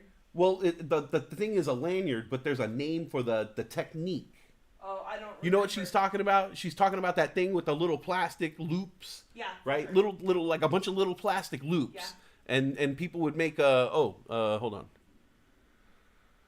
Let's see. Brian Joe bought ICP today. Matic is a good price. Okay, I've been looking at Matic. I think so too. Thank you. GTI says no Cardano. Don't sleep on ETH. Okay, no, I'll give you Cardano is still a good price. But I feel like Cardano's always going to be there at that price. I'm like, oh, why should I invest in Cardano at this price right now when I can invest in it at this price in a year? But will Matic be there in a year? Cardano will be there in a year, but will Matic? Don't sleep on ETH. It's way behind Bitcoin. Oh, okay. I think I'm finally going to make the switch over to Bitcoin. Okay, so Cardano. Okay, so you guys are saying go with the classics. Bitcoin, Ethereum, Cardano. Matic. We need high-def pics in the Discord of Brit's rapping job. Oh, dude, you got to see this shit. It's crazy. Not to spread FUD, but the rumor out there is that Qatar is looking into buying 500 billion in Bitcoin. Holy shit. I love that FUD. I haven't made one of those footballs since grade school. They're so fun. All right, babe. Here we go. What are you hitting? All right. I'm aiming for your coffee mug. Oh, it's empty. Yeah. I mean, even if it's full, it's like totally acceptable. Like if I put this in a full coffee mug, she would not be like, she wouldn't be like, babe. She'd be like, amazing. I would. She'd be like, amazing. You're the next Jordan Love. I would. Or wait, no, Jordan Love's I need a punter. Packers. Who's a good punter? I don't know who they're. Who's my punter? Falk. No, he's a kicker. Wisnowski. Mike Wishnowski. Mike Wishnowski. All right, here we go. Coffee mug. All right. I got a whole technique and everything. Like, I fucking studied this shit. You don't even know. All right. All right, I'm on camera, so don't disappoint me. Oh.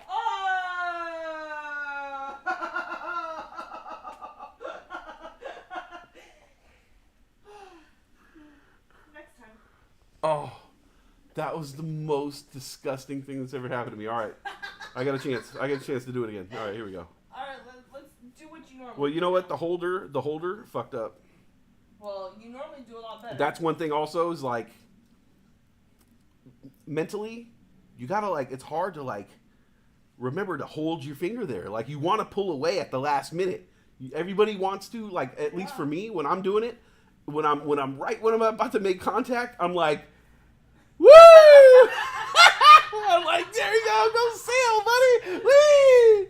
All right, here we go. All right. You want to try the cotton line or you want to try the No, box? I got it. Okay. This is fucking in. All right.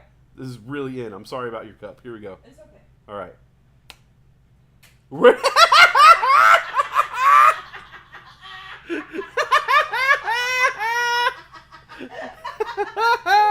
It went. It went the opposite Let's see. direction. If this was a football field, it went. That was a 20-yard punt off to the right into the stands.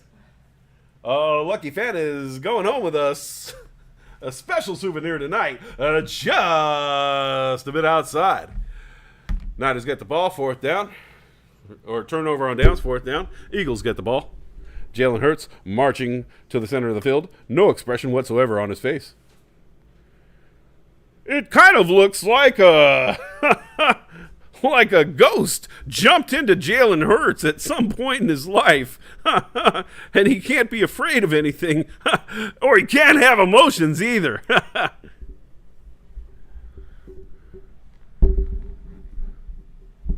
Hurts back to pass. Look at his legs. He has very thick thighs. Yeah, he has thick thighs. That's right.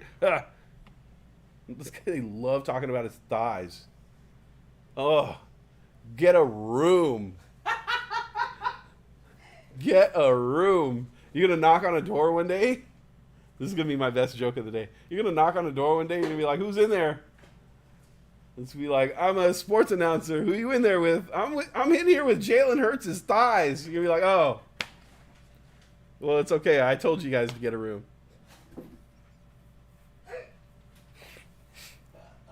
Oh, excuse me. I don't know. I think that was my best joke of the day. I don't. You have much jokes. Sarah for Ayla, she'd get excited. She's a big Jalen Hurts. They love Jalen Hurts' thighs. They talk about his thighs all the time. Look at how he runs. They love him. But I don't know. There's no fucking emotion. I mean, Brock Purdy doesn't have emotions. Brock Purdy has emotion, just not in front of media. I think Brock Purdy's emotions are kind of like, his lack of emotion is fun for us because it's almost like you're waiting for him to fucking break. It's almost like it's there, but he's like, I cannot do it yet. I cannot do it yet. I cannot do it yet. Hold it in. Hold it in. While everyone else around him is like, you're gonna fucking go crazy. This motherfucker right here. He's like, nope, they ain't gonna do it. Nope. We had a good game. Blah, blah, blah. And as soon as he wins the Super Bowl, he's gonna fucking go crazy, and you'll see him on commercials, and he'll just be fucking nuts. That's Brock? Brock. For sure. Yeah. For sure. He had emotion in the picture with him and his fiance. Oh, yeah? When he proposed, yeah. Ugh. He was very excited. Yeah? Yeah.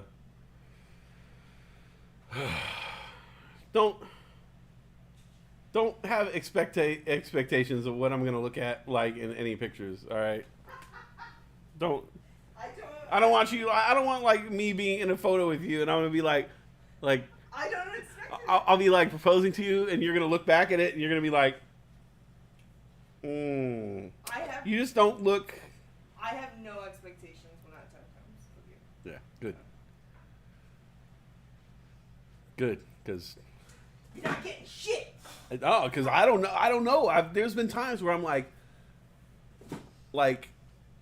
I feel like my brain's been tainted from like pop culture, because like I think about all the proposals that I've seen on television, and it's kind of like, and I have a good memory, so like.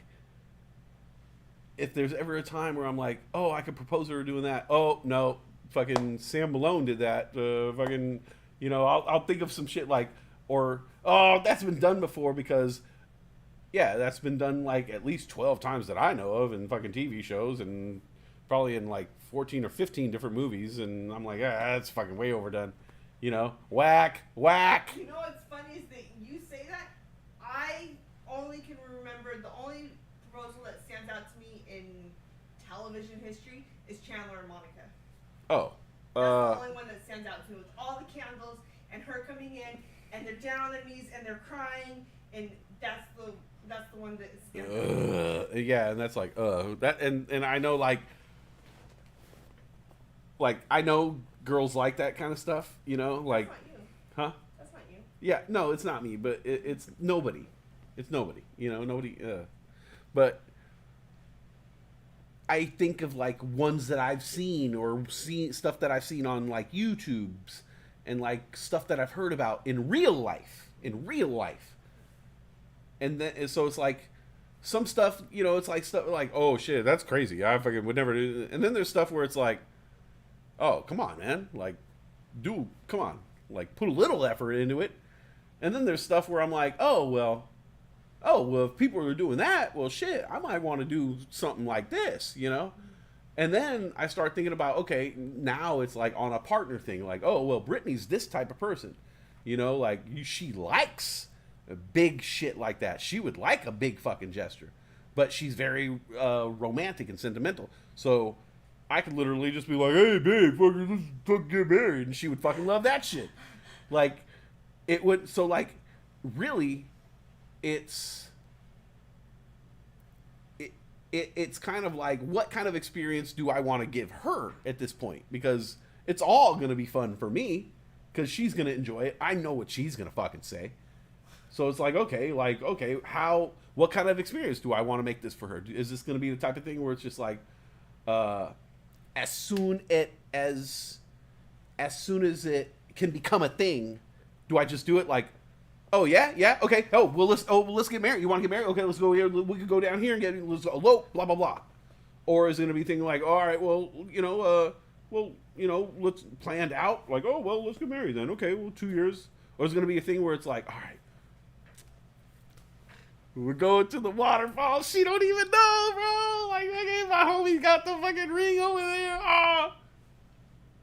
Or is it gonna be like a Vegas thing where it's like, she knows it's coming, I know it's coming, everybody knows it's fucking coming. Like, there's all these different levels to it. You already proposed to me. Yeah, but not really. No. Like a real proposal is like the ring, in the like the real. I'd be happy with just use your name. You used my name. No, stop. It didn't happen yet. You know it did, but like the real official, where the official one where you can say like, oh, because there's like a million of them you could call and be like, oh yeah, he proposed to me like 3 or 4 times already. You know that, right? But you need the official one to happen, where there's like a witness, where they're like, Coco was the witness. oh yeah, Coco was. Coco was the witness. Oh yeah, that was cute. That was so sweet. Yeah. And that came out of nowhere. Like, I had no idea it was just so sweet. It was so sweet. Yeah. Well, anyways, the real deal one, you know what I'm saying, with the ring where you wear and all that. I wonder, I'm like, oh yeah, what's it gonna be like? What are we gonna do here? It's gonna be epic. No matter what, you're gonna remember it forever. You're gonna love it. So it's just everything with you. Yeah. So it's just like, what level of, how deep. I'm gonna put as much effort into it that I can before it stresses me out. Before it stresses me out, or before you start to know. The balance of me doing shit like, okay, I'm gonna prepare, and arrange shit for it to happen, and then I'm like, oh, this is start to stress me out. Nope, all right, it's gonna happen. Or I'll be doing shit, and then you'll start to ask a question. You'll be like, oh, wait, I thought that your friend was in. I'll be like, oh shit, abort. Do you realize I ask what you're doing all the fucking time? Oh, I can't get away with shit around you. Because I'm so curious. I want to know. Yeah, she's on top of me, literally, like fucking 24/7. You don't even know. Yeah. Check on me. Yeah. Check. Fucking like the police be checking on. Hey, we're over here doing a check. Yeah, we have a fucking we got a parolee over here living in this apartment. Look, it says right here in your paperwork, we come on check on you at any times. Get up, we're gonna check your bed, we're gonna check your bedroll, we're gonna look through your drawers real quick. We're gonna have you piss in a cup. We're gonna interview your roommates. Yeah, she fucking checks on me like the other day. I covered you up and turned on the heater and closed the door so you wouldn't hear noise. Like, I gotta check on you and make sure you're okay. She checks if I'm sleeping. Hey, babe, you sleeping? Or I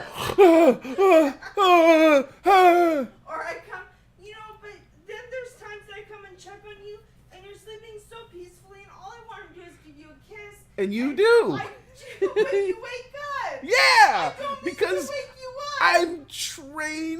I'm a trained watchdog who's just like sitting there sleeping, and my body is fighting itself. When I'm sleeping, I'm like, and my insides are like, stay asleep, and my outsides are like, stay alert. There's something outside. There's something there. It's right on top of you. Wait, sleep. Don't be afraid.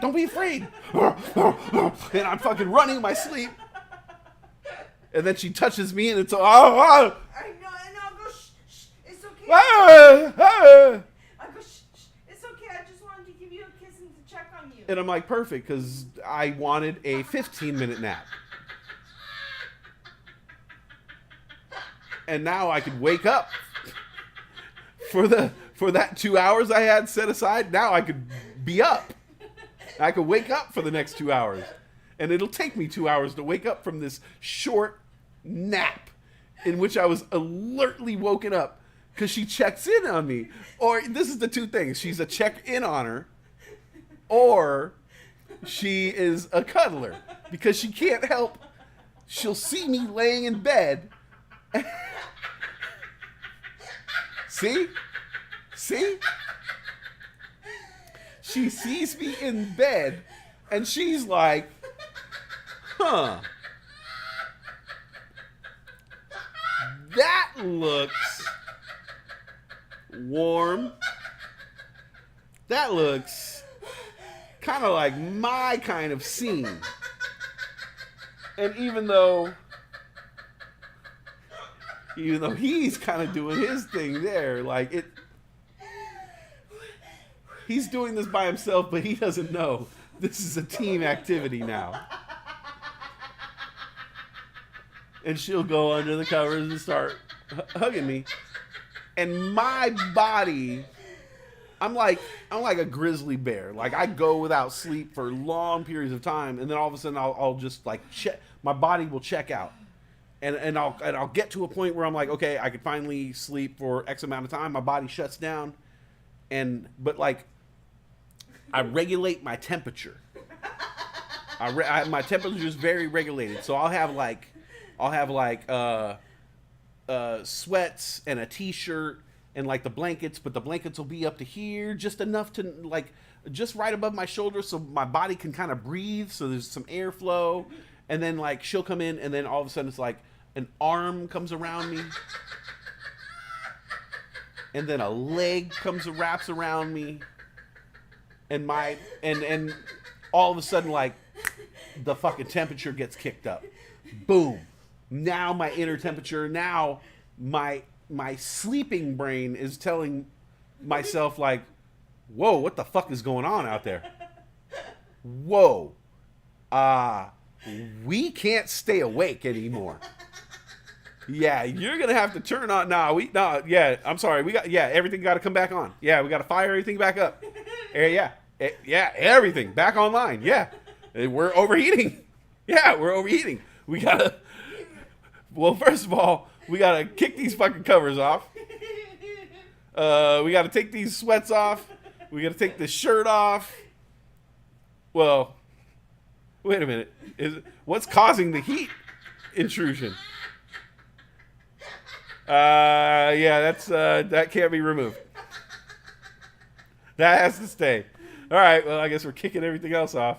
And I'll wake up and I'm like, nah. You know the other thing I like doing though when you're sleeping? You can't help it. No, I can't. The other thing I like doing when you sleep is if I see that you're like somewhat covered but you look cold, I like taking the covers and bringing it right up to your neck. Right, yeah. And tucking you in. But I've like already regulated. I've regulated my body. But I know that and she tucks me in. I tuck you in like a caterpillar. She tucks me in.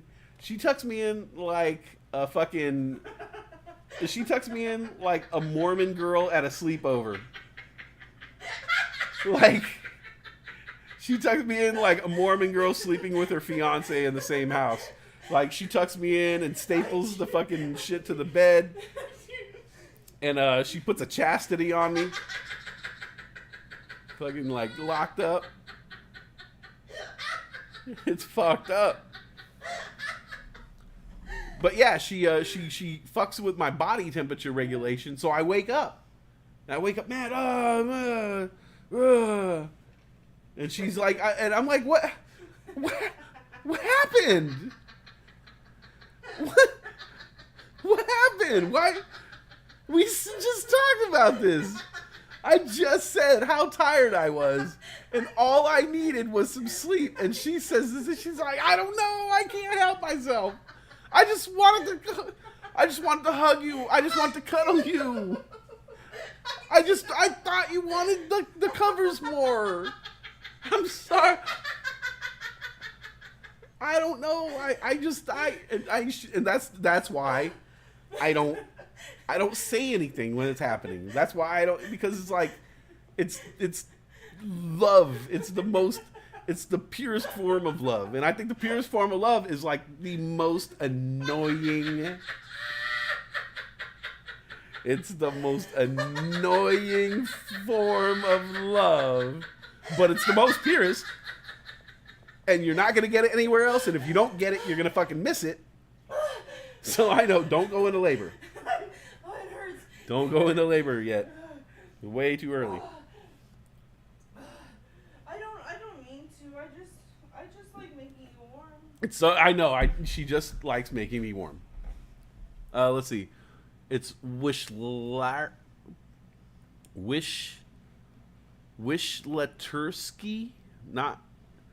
It's not Wishnowski. No, Mike Wishnowski. I don't think his first name's Mike. Mike Wishnowski. No, that's the monster from Monsters Inc. Oh. Wishnowski, it's like the kicker is not Mike. It's Wish. I thought it was Mike. I don't think it's Mike Wishnowski. That sounds too much like Mike Wazowski. Mike Wazowski. Mike Wazowski. That's the guy's name from Monsters Inc. Okay. Yeah. But Wishnowski's And first Sully. name is not Mike. Sully.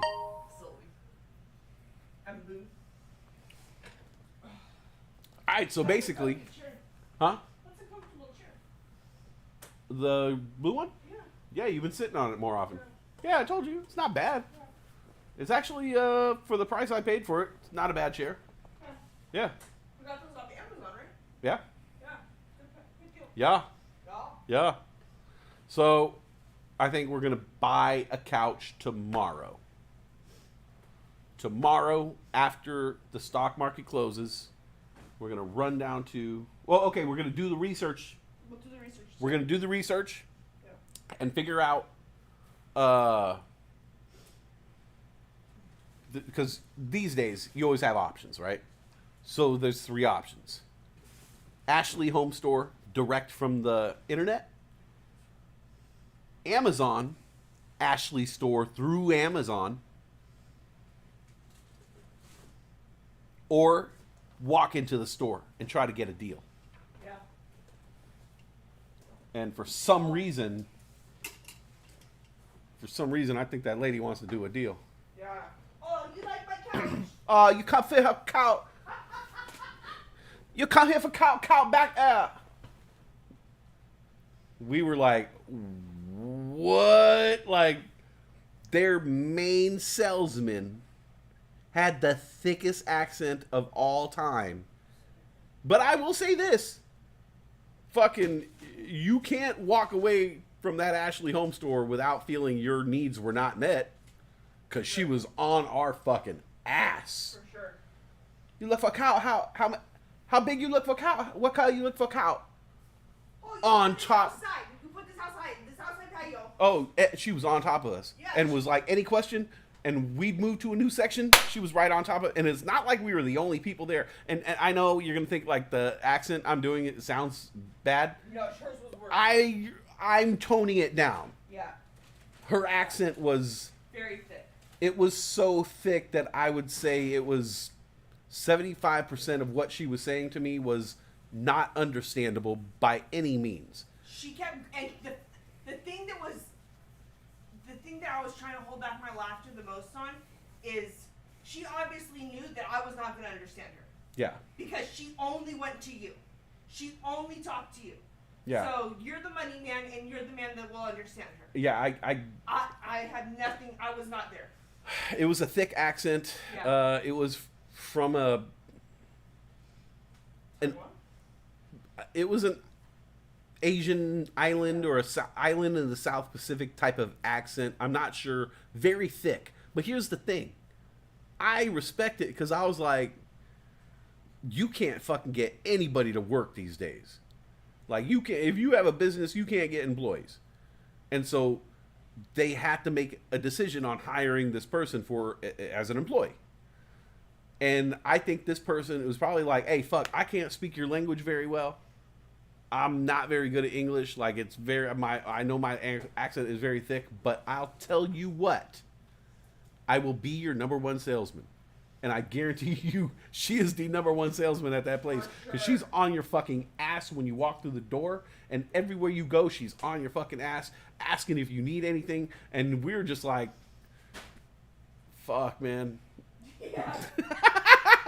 I was just like, fuck, man. Oh,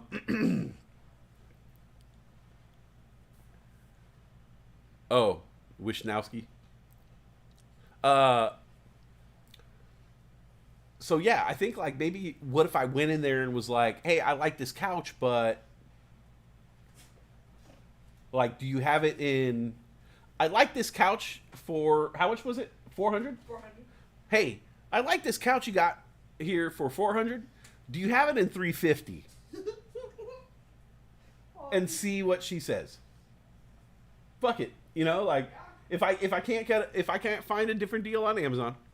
And if I can't find a different deal on their website, I'll just go right into the store. I'll walk right up to her and say, like, I want this couch, but come on, make it worth my while. I'll go to an ATM and bring you cash if you give it to me for $380. Oh, there you go. Or, you know, or, yeah, she's better. She's like, 300. Like, damn. You go do the talking. But yeah, it is, you know, fuck it, man. It's a couch. I'm trying to save, fuck, if I can save like a couple bucks. For sure. I'm not opening up a credit card. I'm not opening up a But Ashley. You get a discount. Huh? They said you get a discount if you open the Ashley card. Oh, shit. If I have a MasterCard already or if I open it up? If you open an Ashley, open an Ashley credit card, we get a discount. I'll tell you what. You have a fucking better chance of getting that credit card than me. Your credit's fucking stellar. Not after everything that happened. What, with this new thing? I don't know. I think your credit's still pretty fucking good. You've done a good job this year. She's kicked ass this year in credit. I'm just fucking... I'm lazy, dude. I forget because I'm always like, I don't want to pay off my credit cards all the way. And so I want to leave a little bit in the tank. And so I spend a bunch of shit on my credit cards and then pay it off and then spend a bunch of shit and pay it off. But then I'll fucking get all lazy and I forget. And that's why I was like, today when I handed my credit card, I was like, is this the good one or the bad one? I got to pay that shit tonight with meeting today. All right, here we go. In the bucket. Oh, in the cup. In the cup. Oh, that was cool. You hit the light. Yeah. That was cool. See, even if you miss, sometimes it's cool. My face is shiny. Shine bright like a diamond. Shine bright like a diamond. Can I get a beer, babe? Yeah. Shine bright like a diamond. Hey, you see him? Huh? You see him? Yeah. Oh my God, babe. How are we gonna get outside? We have more coming too. Oh my God. Well, we gotta. What do we have to do to? Oh, we have to vacuum. Yeah. Oh. Yeah. Well, hey, do me a favor. Oh, well, I'll do that. I'll pick that up. I don't want you bending over anymore. She's getting pregnant. I'm getting hella pregnant. She's getting pregnant, dude. Like, to the point where, like, she's, like, it's, you know, she keeps saying shit like, hey, look at these pants I'm wearing. I'm wearing, can I get away with turning this off? So bright. You want me to turn this light off? Oh, there we go. That's better. Okay. I didn't bring my sunglasses. This fucking shit is killing my eyes. For you? No, it's fine now. Okay. I was like, I've been like squinting this whole time. And then I realized when you handed me the beer, I looked into the camera and I saw my eye. And I had like a ghost, I had like the ghost dog eye. I was like, ugh. I had the Forrest Whitaker. Gives you character. People be like, "Hey, what's up with that dude's eye?" Oh, fucking his eyes, fucking badass, dude. He got shot for like 50. What was I saying? I forget. Yeah, the pregnancy. Shit's real. Yeah. You're like, I could see it starting to get heavy, you know? Yeah. There's times that I can walk on the stairs and I don't need the handrail. Yeah. And there's other times that I'm like, fuck, I need the handrail because I don't. It's gonna be tough for you because like she is very she always wants to do shit for me. Like way too all the time. She always wants to do shit for me, and it's like it's gonna get to the point now where I'm gonna have to start doing things for you, and she does not like that shit. No. She does not like when I do shit for her because she always wants to like do cool shit for me, you know. Always. But this is the relationship we're in, where we're constantly trying to like outdo each other and like do cool shit for each other, so it's fine. But I feel for you because I know it's so against your character. Like sometimes I'll do something like sometimes I'll do something that I know she's about to do. Like when you emptied the dishwasher the other day? If I empty the dishwasher, she'll be like, "I'm so sorry you emptied it." And I'm like, "No, like it's there." And she was like, "I was gonna do that." Like she opened it up and she had it aired out, and I just came in and did it. Or like sometimes I'll fill up the water container, and she's like, "I just filled up my water container. Like I was gonna fill that up after I got out of the shower." And I was like, "It's cool, I did it." Like it's not a big deal, you know. To me, it's not a big deal, and you hate that, you know. And so I know you're gonna have a rough time when you get into the next trimester. You know what I'm saying? Yeah, and like this is, I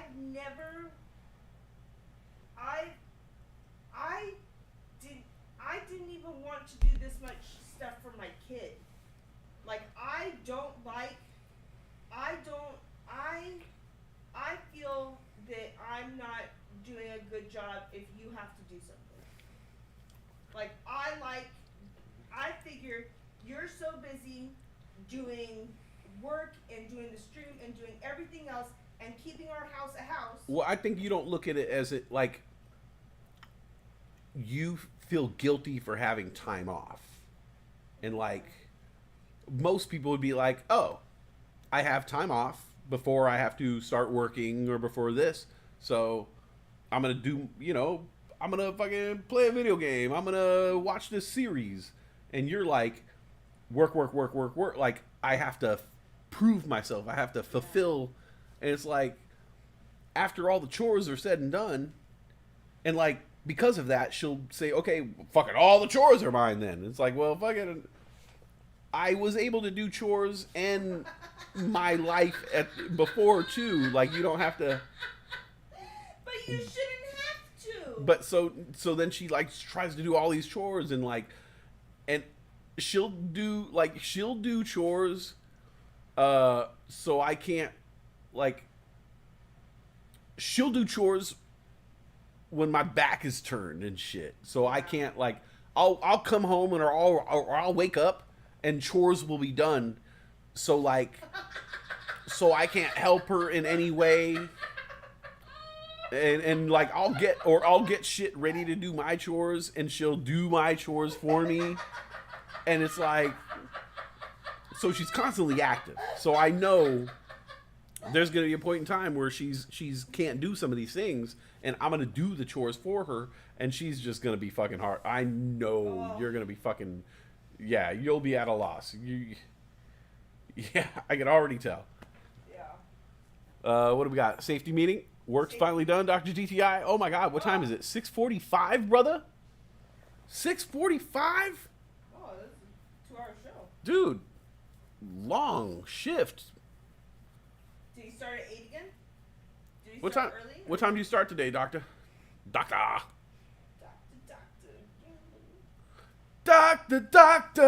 Give me the news, I got a bad taste. That was a Dr. Pepper commercial. Was that? Yeah. I didn't know that. Yeah. Do you remember the Kit Kat song?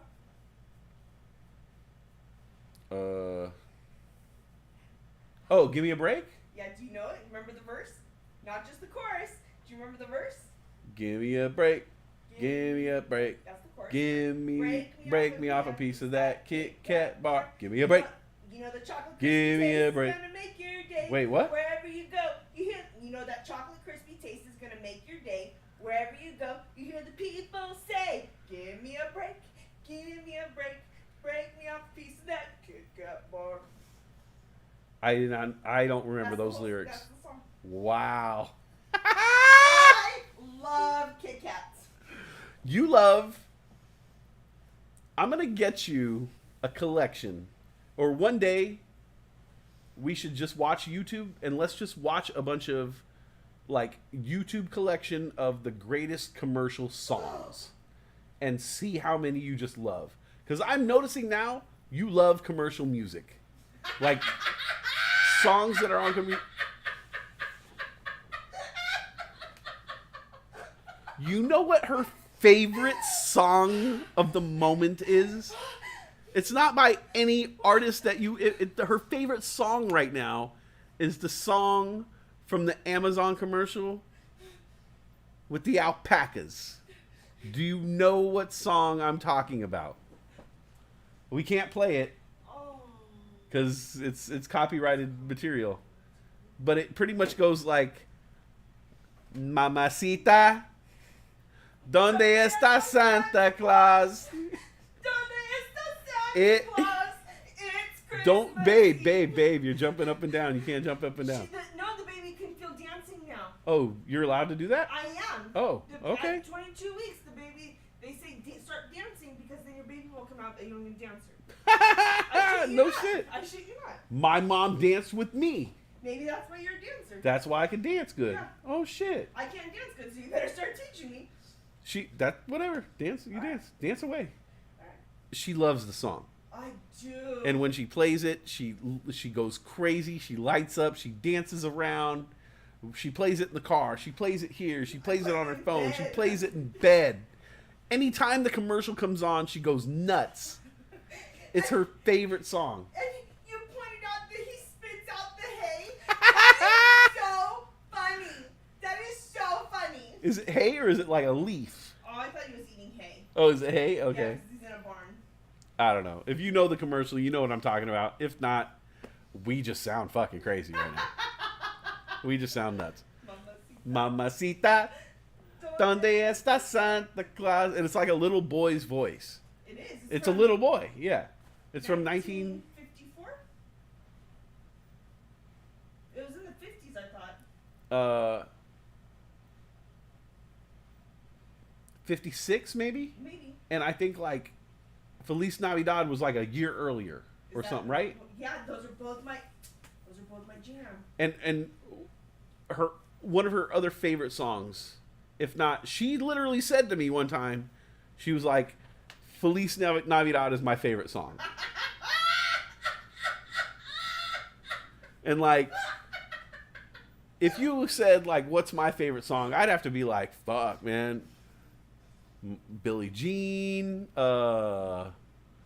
Lean on Me, shit, man. Like, I got a lot of favorite songs. Like, but she's just like, Feliz Navidad. And I tried to talk her out of it, be like, yeah, babe, but like, really, like, what about like, she was like, no.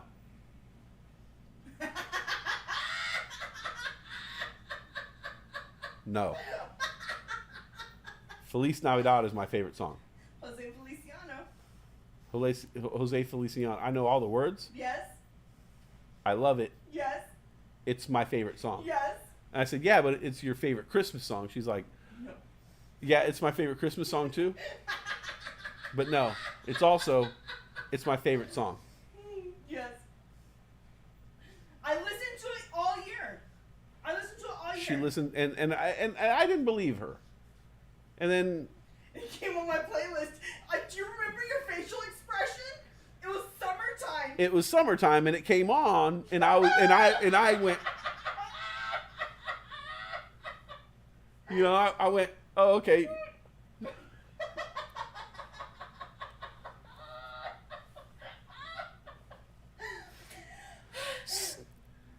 You skip the next song.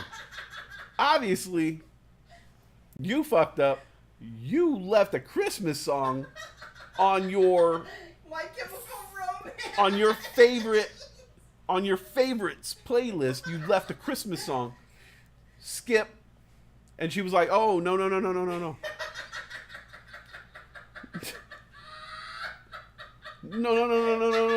no, no, no. Don't, no, not. That's not. I did that on purpose. Yeah, that's.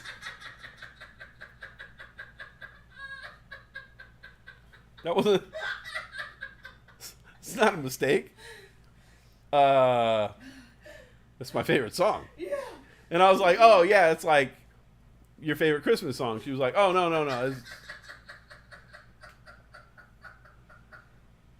No, it's my favorite song.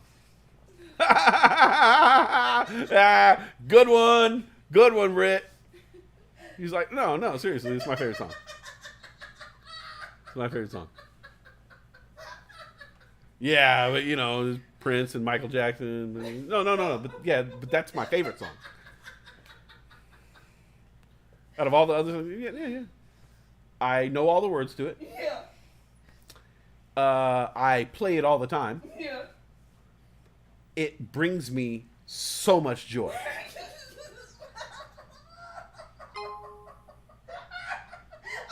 that. And I was like, but, and she played it, and she was having a good time, and she sang it, and she played it twice in a row. Sang every word, went crazy, and was, you know, just driving, and she was driving, and she was going crazy, and driving me crazy. And she played it twice before we even got on the fucking freeway. And I was like, okay, she's just kind of playing up to the moment, you know, it's like sometimes if somebody's like, they're like, oh, fucking broccoli's my favorite, and you're like, oh, is it really your favorite? And you're like, yeah, actually, it is my fucking favorite.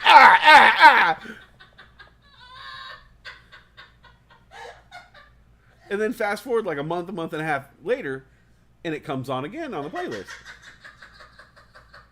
And it's like, oh, yeah, I'm just gonna, no.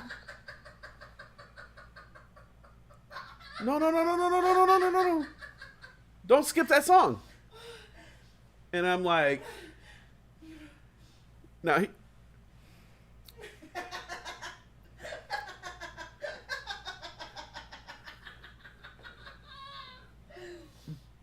Brit sometimes will forget like little conversations that she had with you. And so she'll sometimes say like, she'll say something like, oh, The Mighty Ducks was my favorite movie. And I'll be like, yeah, you told me like all about it last month. And she'll be like, oh yeah. I'm like, yeah, it was a 45-minute monologue about Mighty Ducks. You don't. And so I was like, I'm just going to fucking test her real quick. I was like, oh, you don't want me to skip Feliz Navidad? Like, she's like, oh yeah, it's my favorite song. And I was like, oh, shit, okay. And I was like, and kind of grilled her a little bit, and every fucking answer verbatim, fucking, it was still fucking, the argument was solid. It wasn't like a seasonal thing. She was like, and the song, and every playlist she creates, Feliz Navidad is on the playlist. Every time it comes on,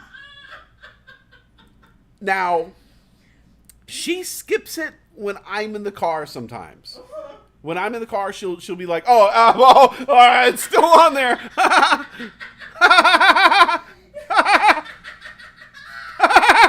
was it? Crazy.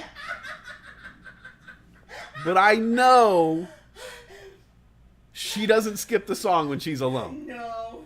When she's alone in the car and I'm not around to judge Judy, Judge Dredd, She sings it and sings and has a good time and dances. Yeah. But I'm the monster who's like, fucking Feliz Navidad, your favorite song. What about fucking Michael Jackson? Billie Jean, not your favorite song. Lean on Me, fucking the Beatles. So yeah, Feliz Navidad, Mamacita. Donde está Santa Claus is the new one. I think we should look into, like, see if SiriusXM has a Spanish Christmas channel and see if they have a bunch of just, and you might find your next favorite there. I might. We'll do that. I had no idea that Mamacita one was, that the Donde Está Santa Claus was going to hit me the way it did. Well, yeah, you saw it. I think the first few times you saw it, it didn't really affect you too much. Yeah. And then one day, it just clicked. I think when you saw the alpaca happy after. I'm coming out of the barn. When she's crying. Yes. She's about to cry. Because they were finally happy. Once you realized that they were sad before, and the song made them happy. Yeah, dude. They were so happy. He comes out dancing with a smile. Oh my God. I love having a pregnant girlfriend. This is the greatest. It's the greatest. We cry like once a day because I cry because of her happiness is so ridiculous that I get tears in my eyes because I'm just like, it's so beautiful to watch. This pure emotion of every single commercial on television driving her to tears. Every single commercial driving her to tears. You know what I'm saying? There's a commercial out there where there's a little girl and she says she's looking at a package and the parents are next to her and she says, "Wait, I'm gonna be adopted?" Oh my God, it's the Cleats commercial. That's so sweet. And it's so loving. It's my cause, my Cleats. And it just means so much. And you see how happy she is. And they just hug. It's beautiful. And all I have to do is mention the commercial and it'll send her into fucking a spiral. All I have to do is describe the commercial to her. I'd be like, and for the rest of my life now, I can be like, "Hey, babe, remember that one commercial with that girl who was getting adopted?" And she'll be like, "Ah!" Like, it sends her immediately. It sends her immediately into tears, which brings tears to my eyes because I feel like a dick because I keep doing it to her. Like, this is easily the third time I've done it to her. Because I know all I have to do is mention the commercial and describe. All you have to do is describe beautiful things to her and she will start to cry. And it's beautiful to watch. It's beautiful to watch. I love it. Let's see. All right, safety meeting time. Oh, wait. Oh, shit. My chat was fucked up over here.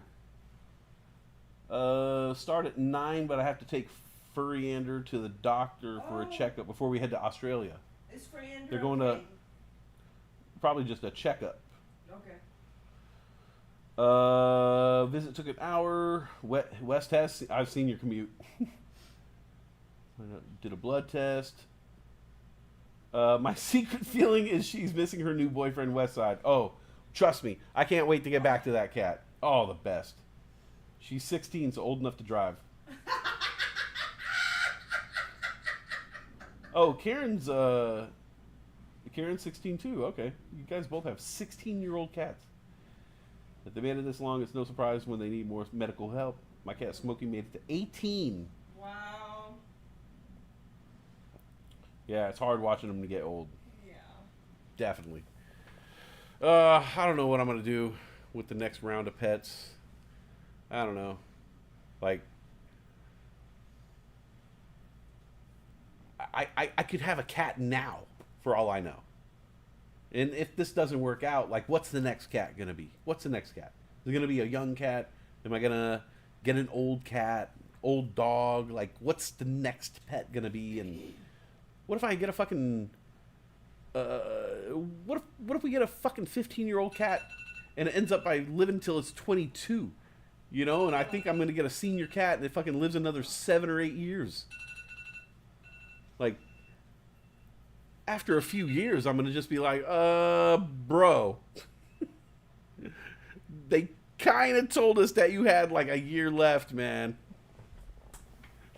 Like, we planned on getting a dog and a cat, and now this old ass cat is ruling the household.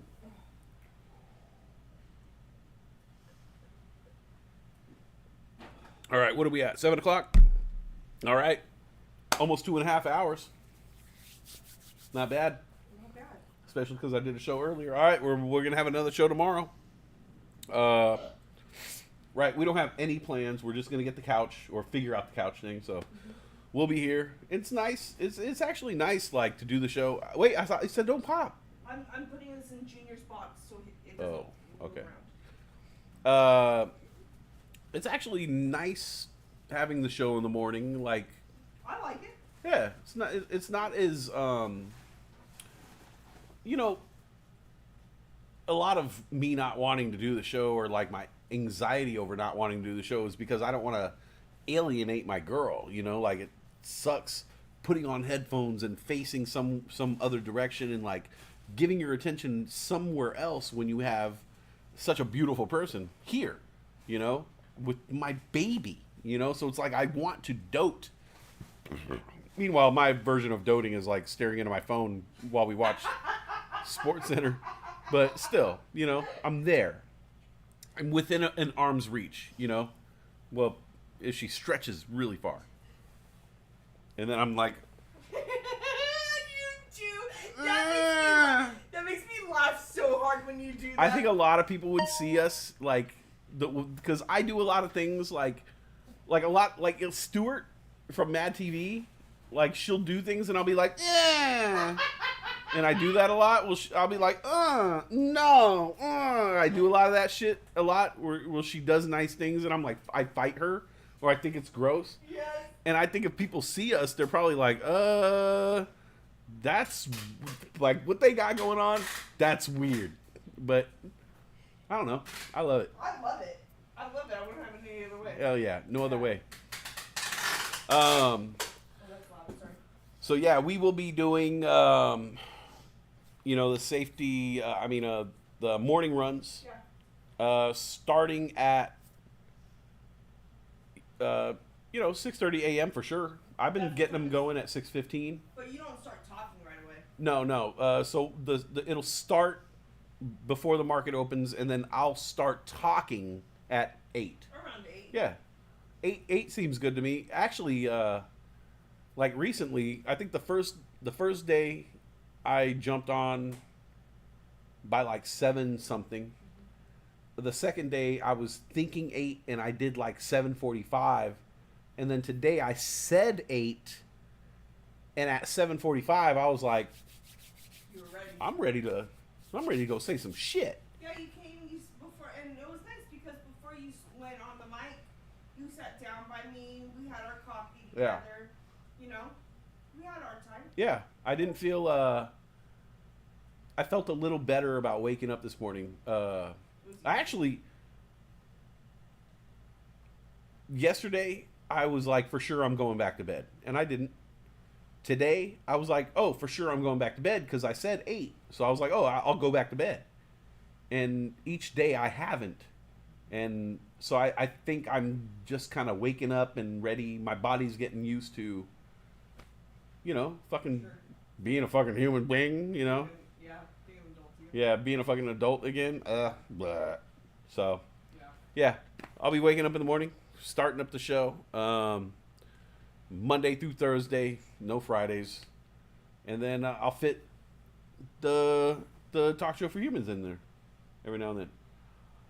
Dr. GTI says, good evening, West and Britt and the writers. I gotta hang a new TV from Costco. What? COST to the moon. All right, peace out, Dr. GTI. Where's you hanging it? Yeah, where are you hanging at? Which room? Yeah. All right, Brian Joel says, I gotta go eat ice cream and pass out. Sounds good. Right on. I got some bomb ass ice cream. Oh, yes, you do.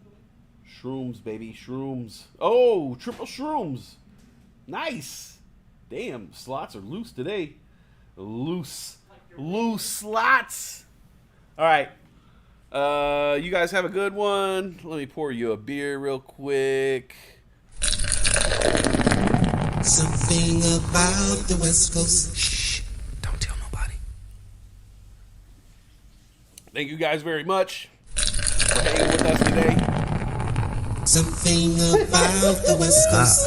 It makes me wanna ride.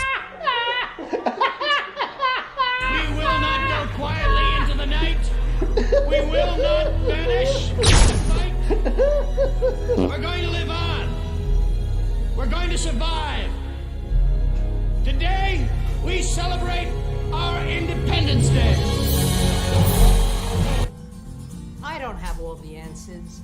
In life, to be honest, I've failed as much as I've succeeded. But I love my wife. I love my life. And I wish you my kind of success. All right. I'm Cuban B. Yes, Cuban B. You guys have a good one. Obviously, it's nighttime, so you can't go outside and get that good sunshine on your skin. Get that good. Well, go for a walk. We go for walks.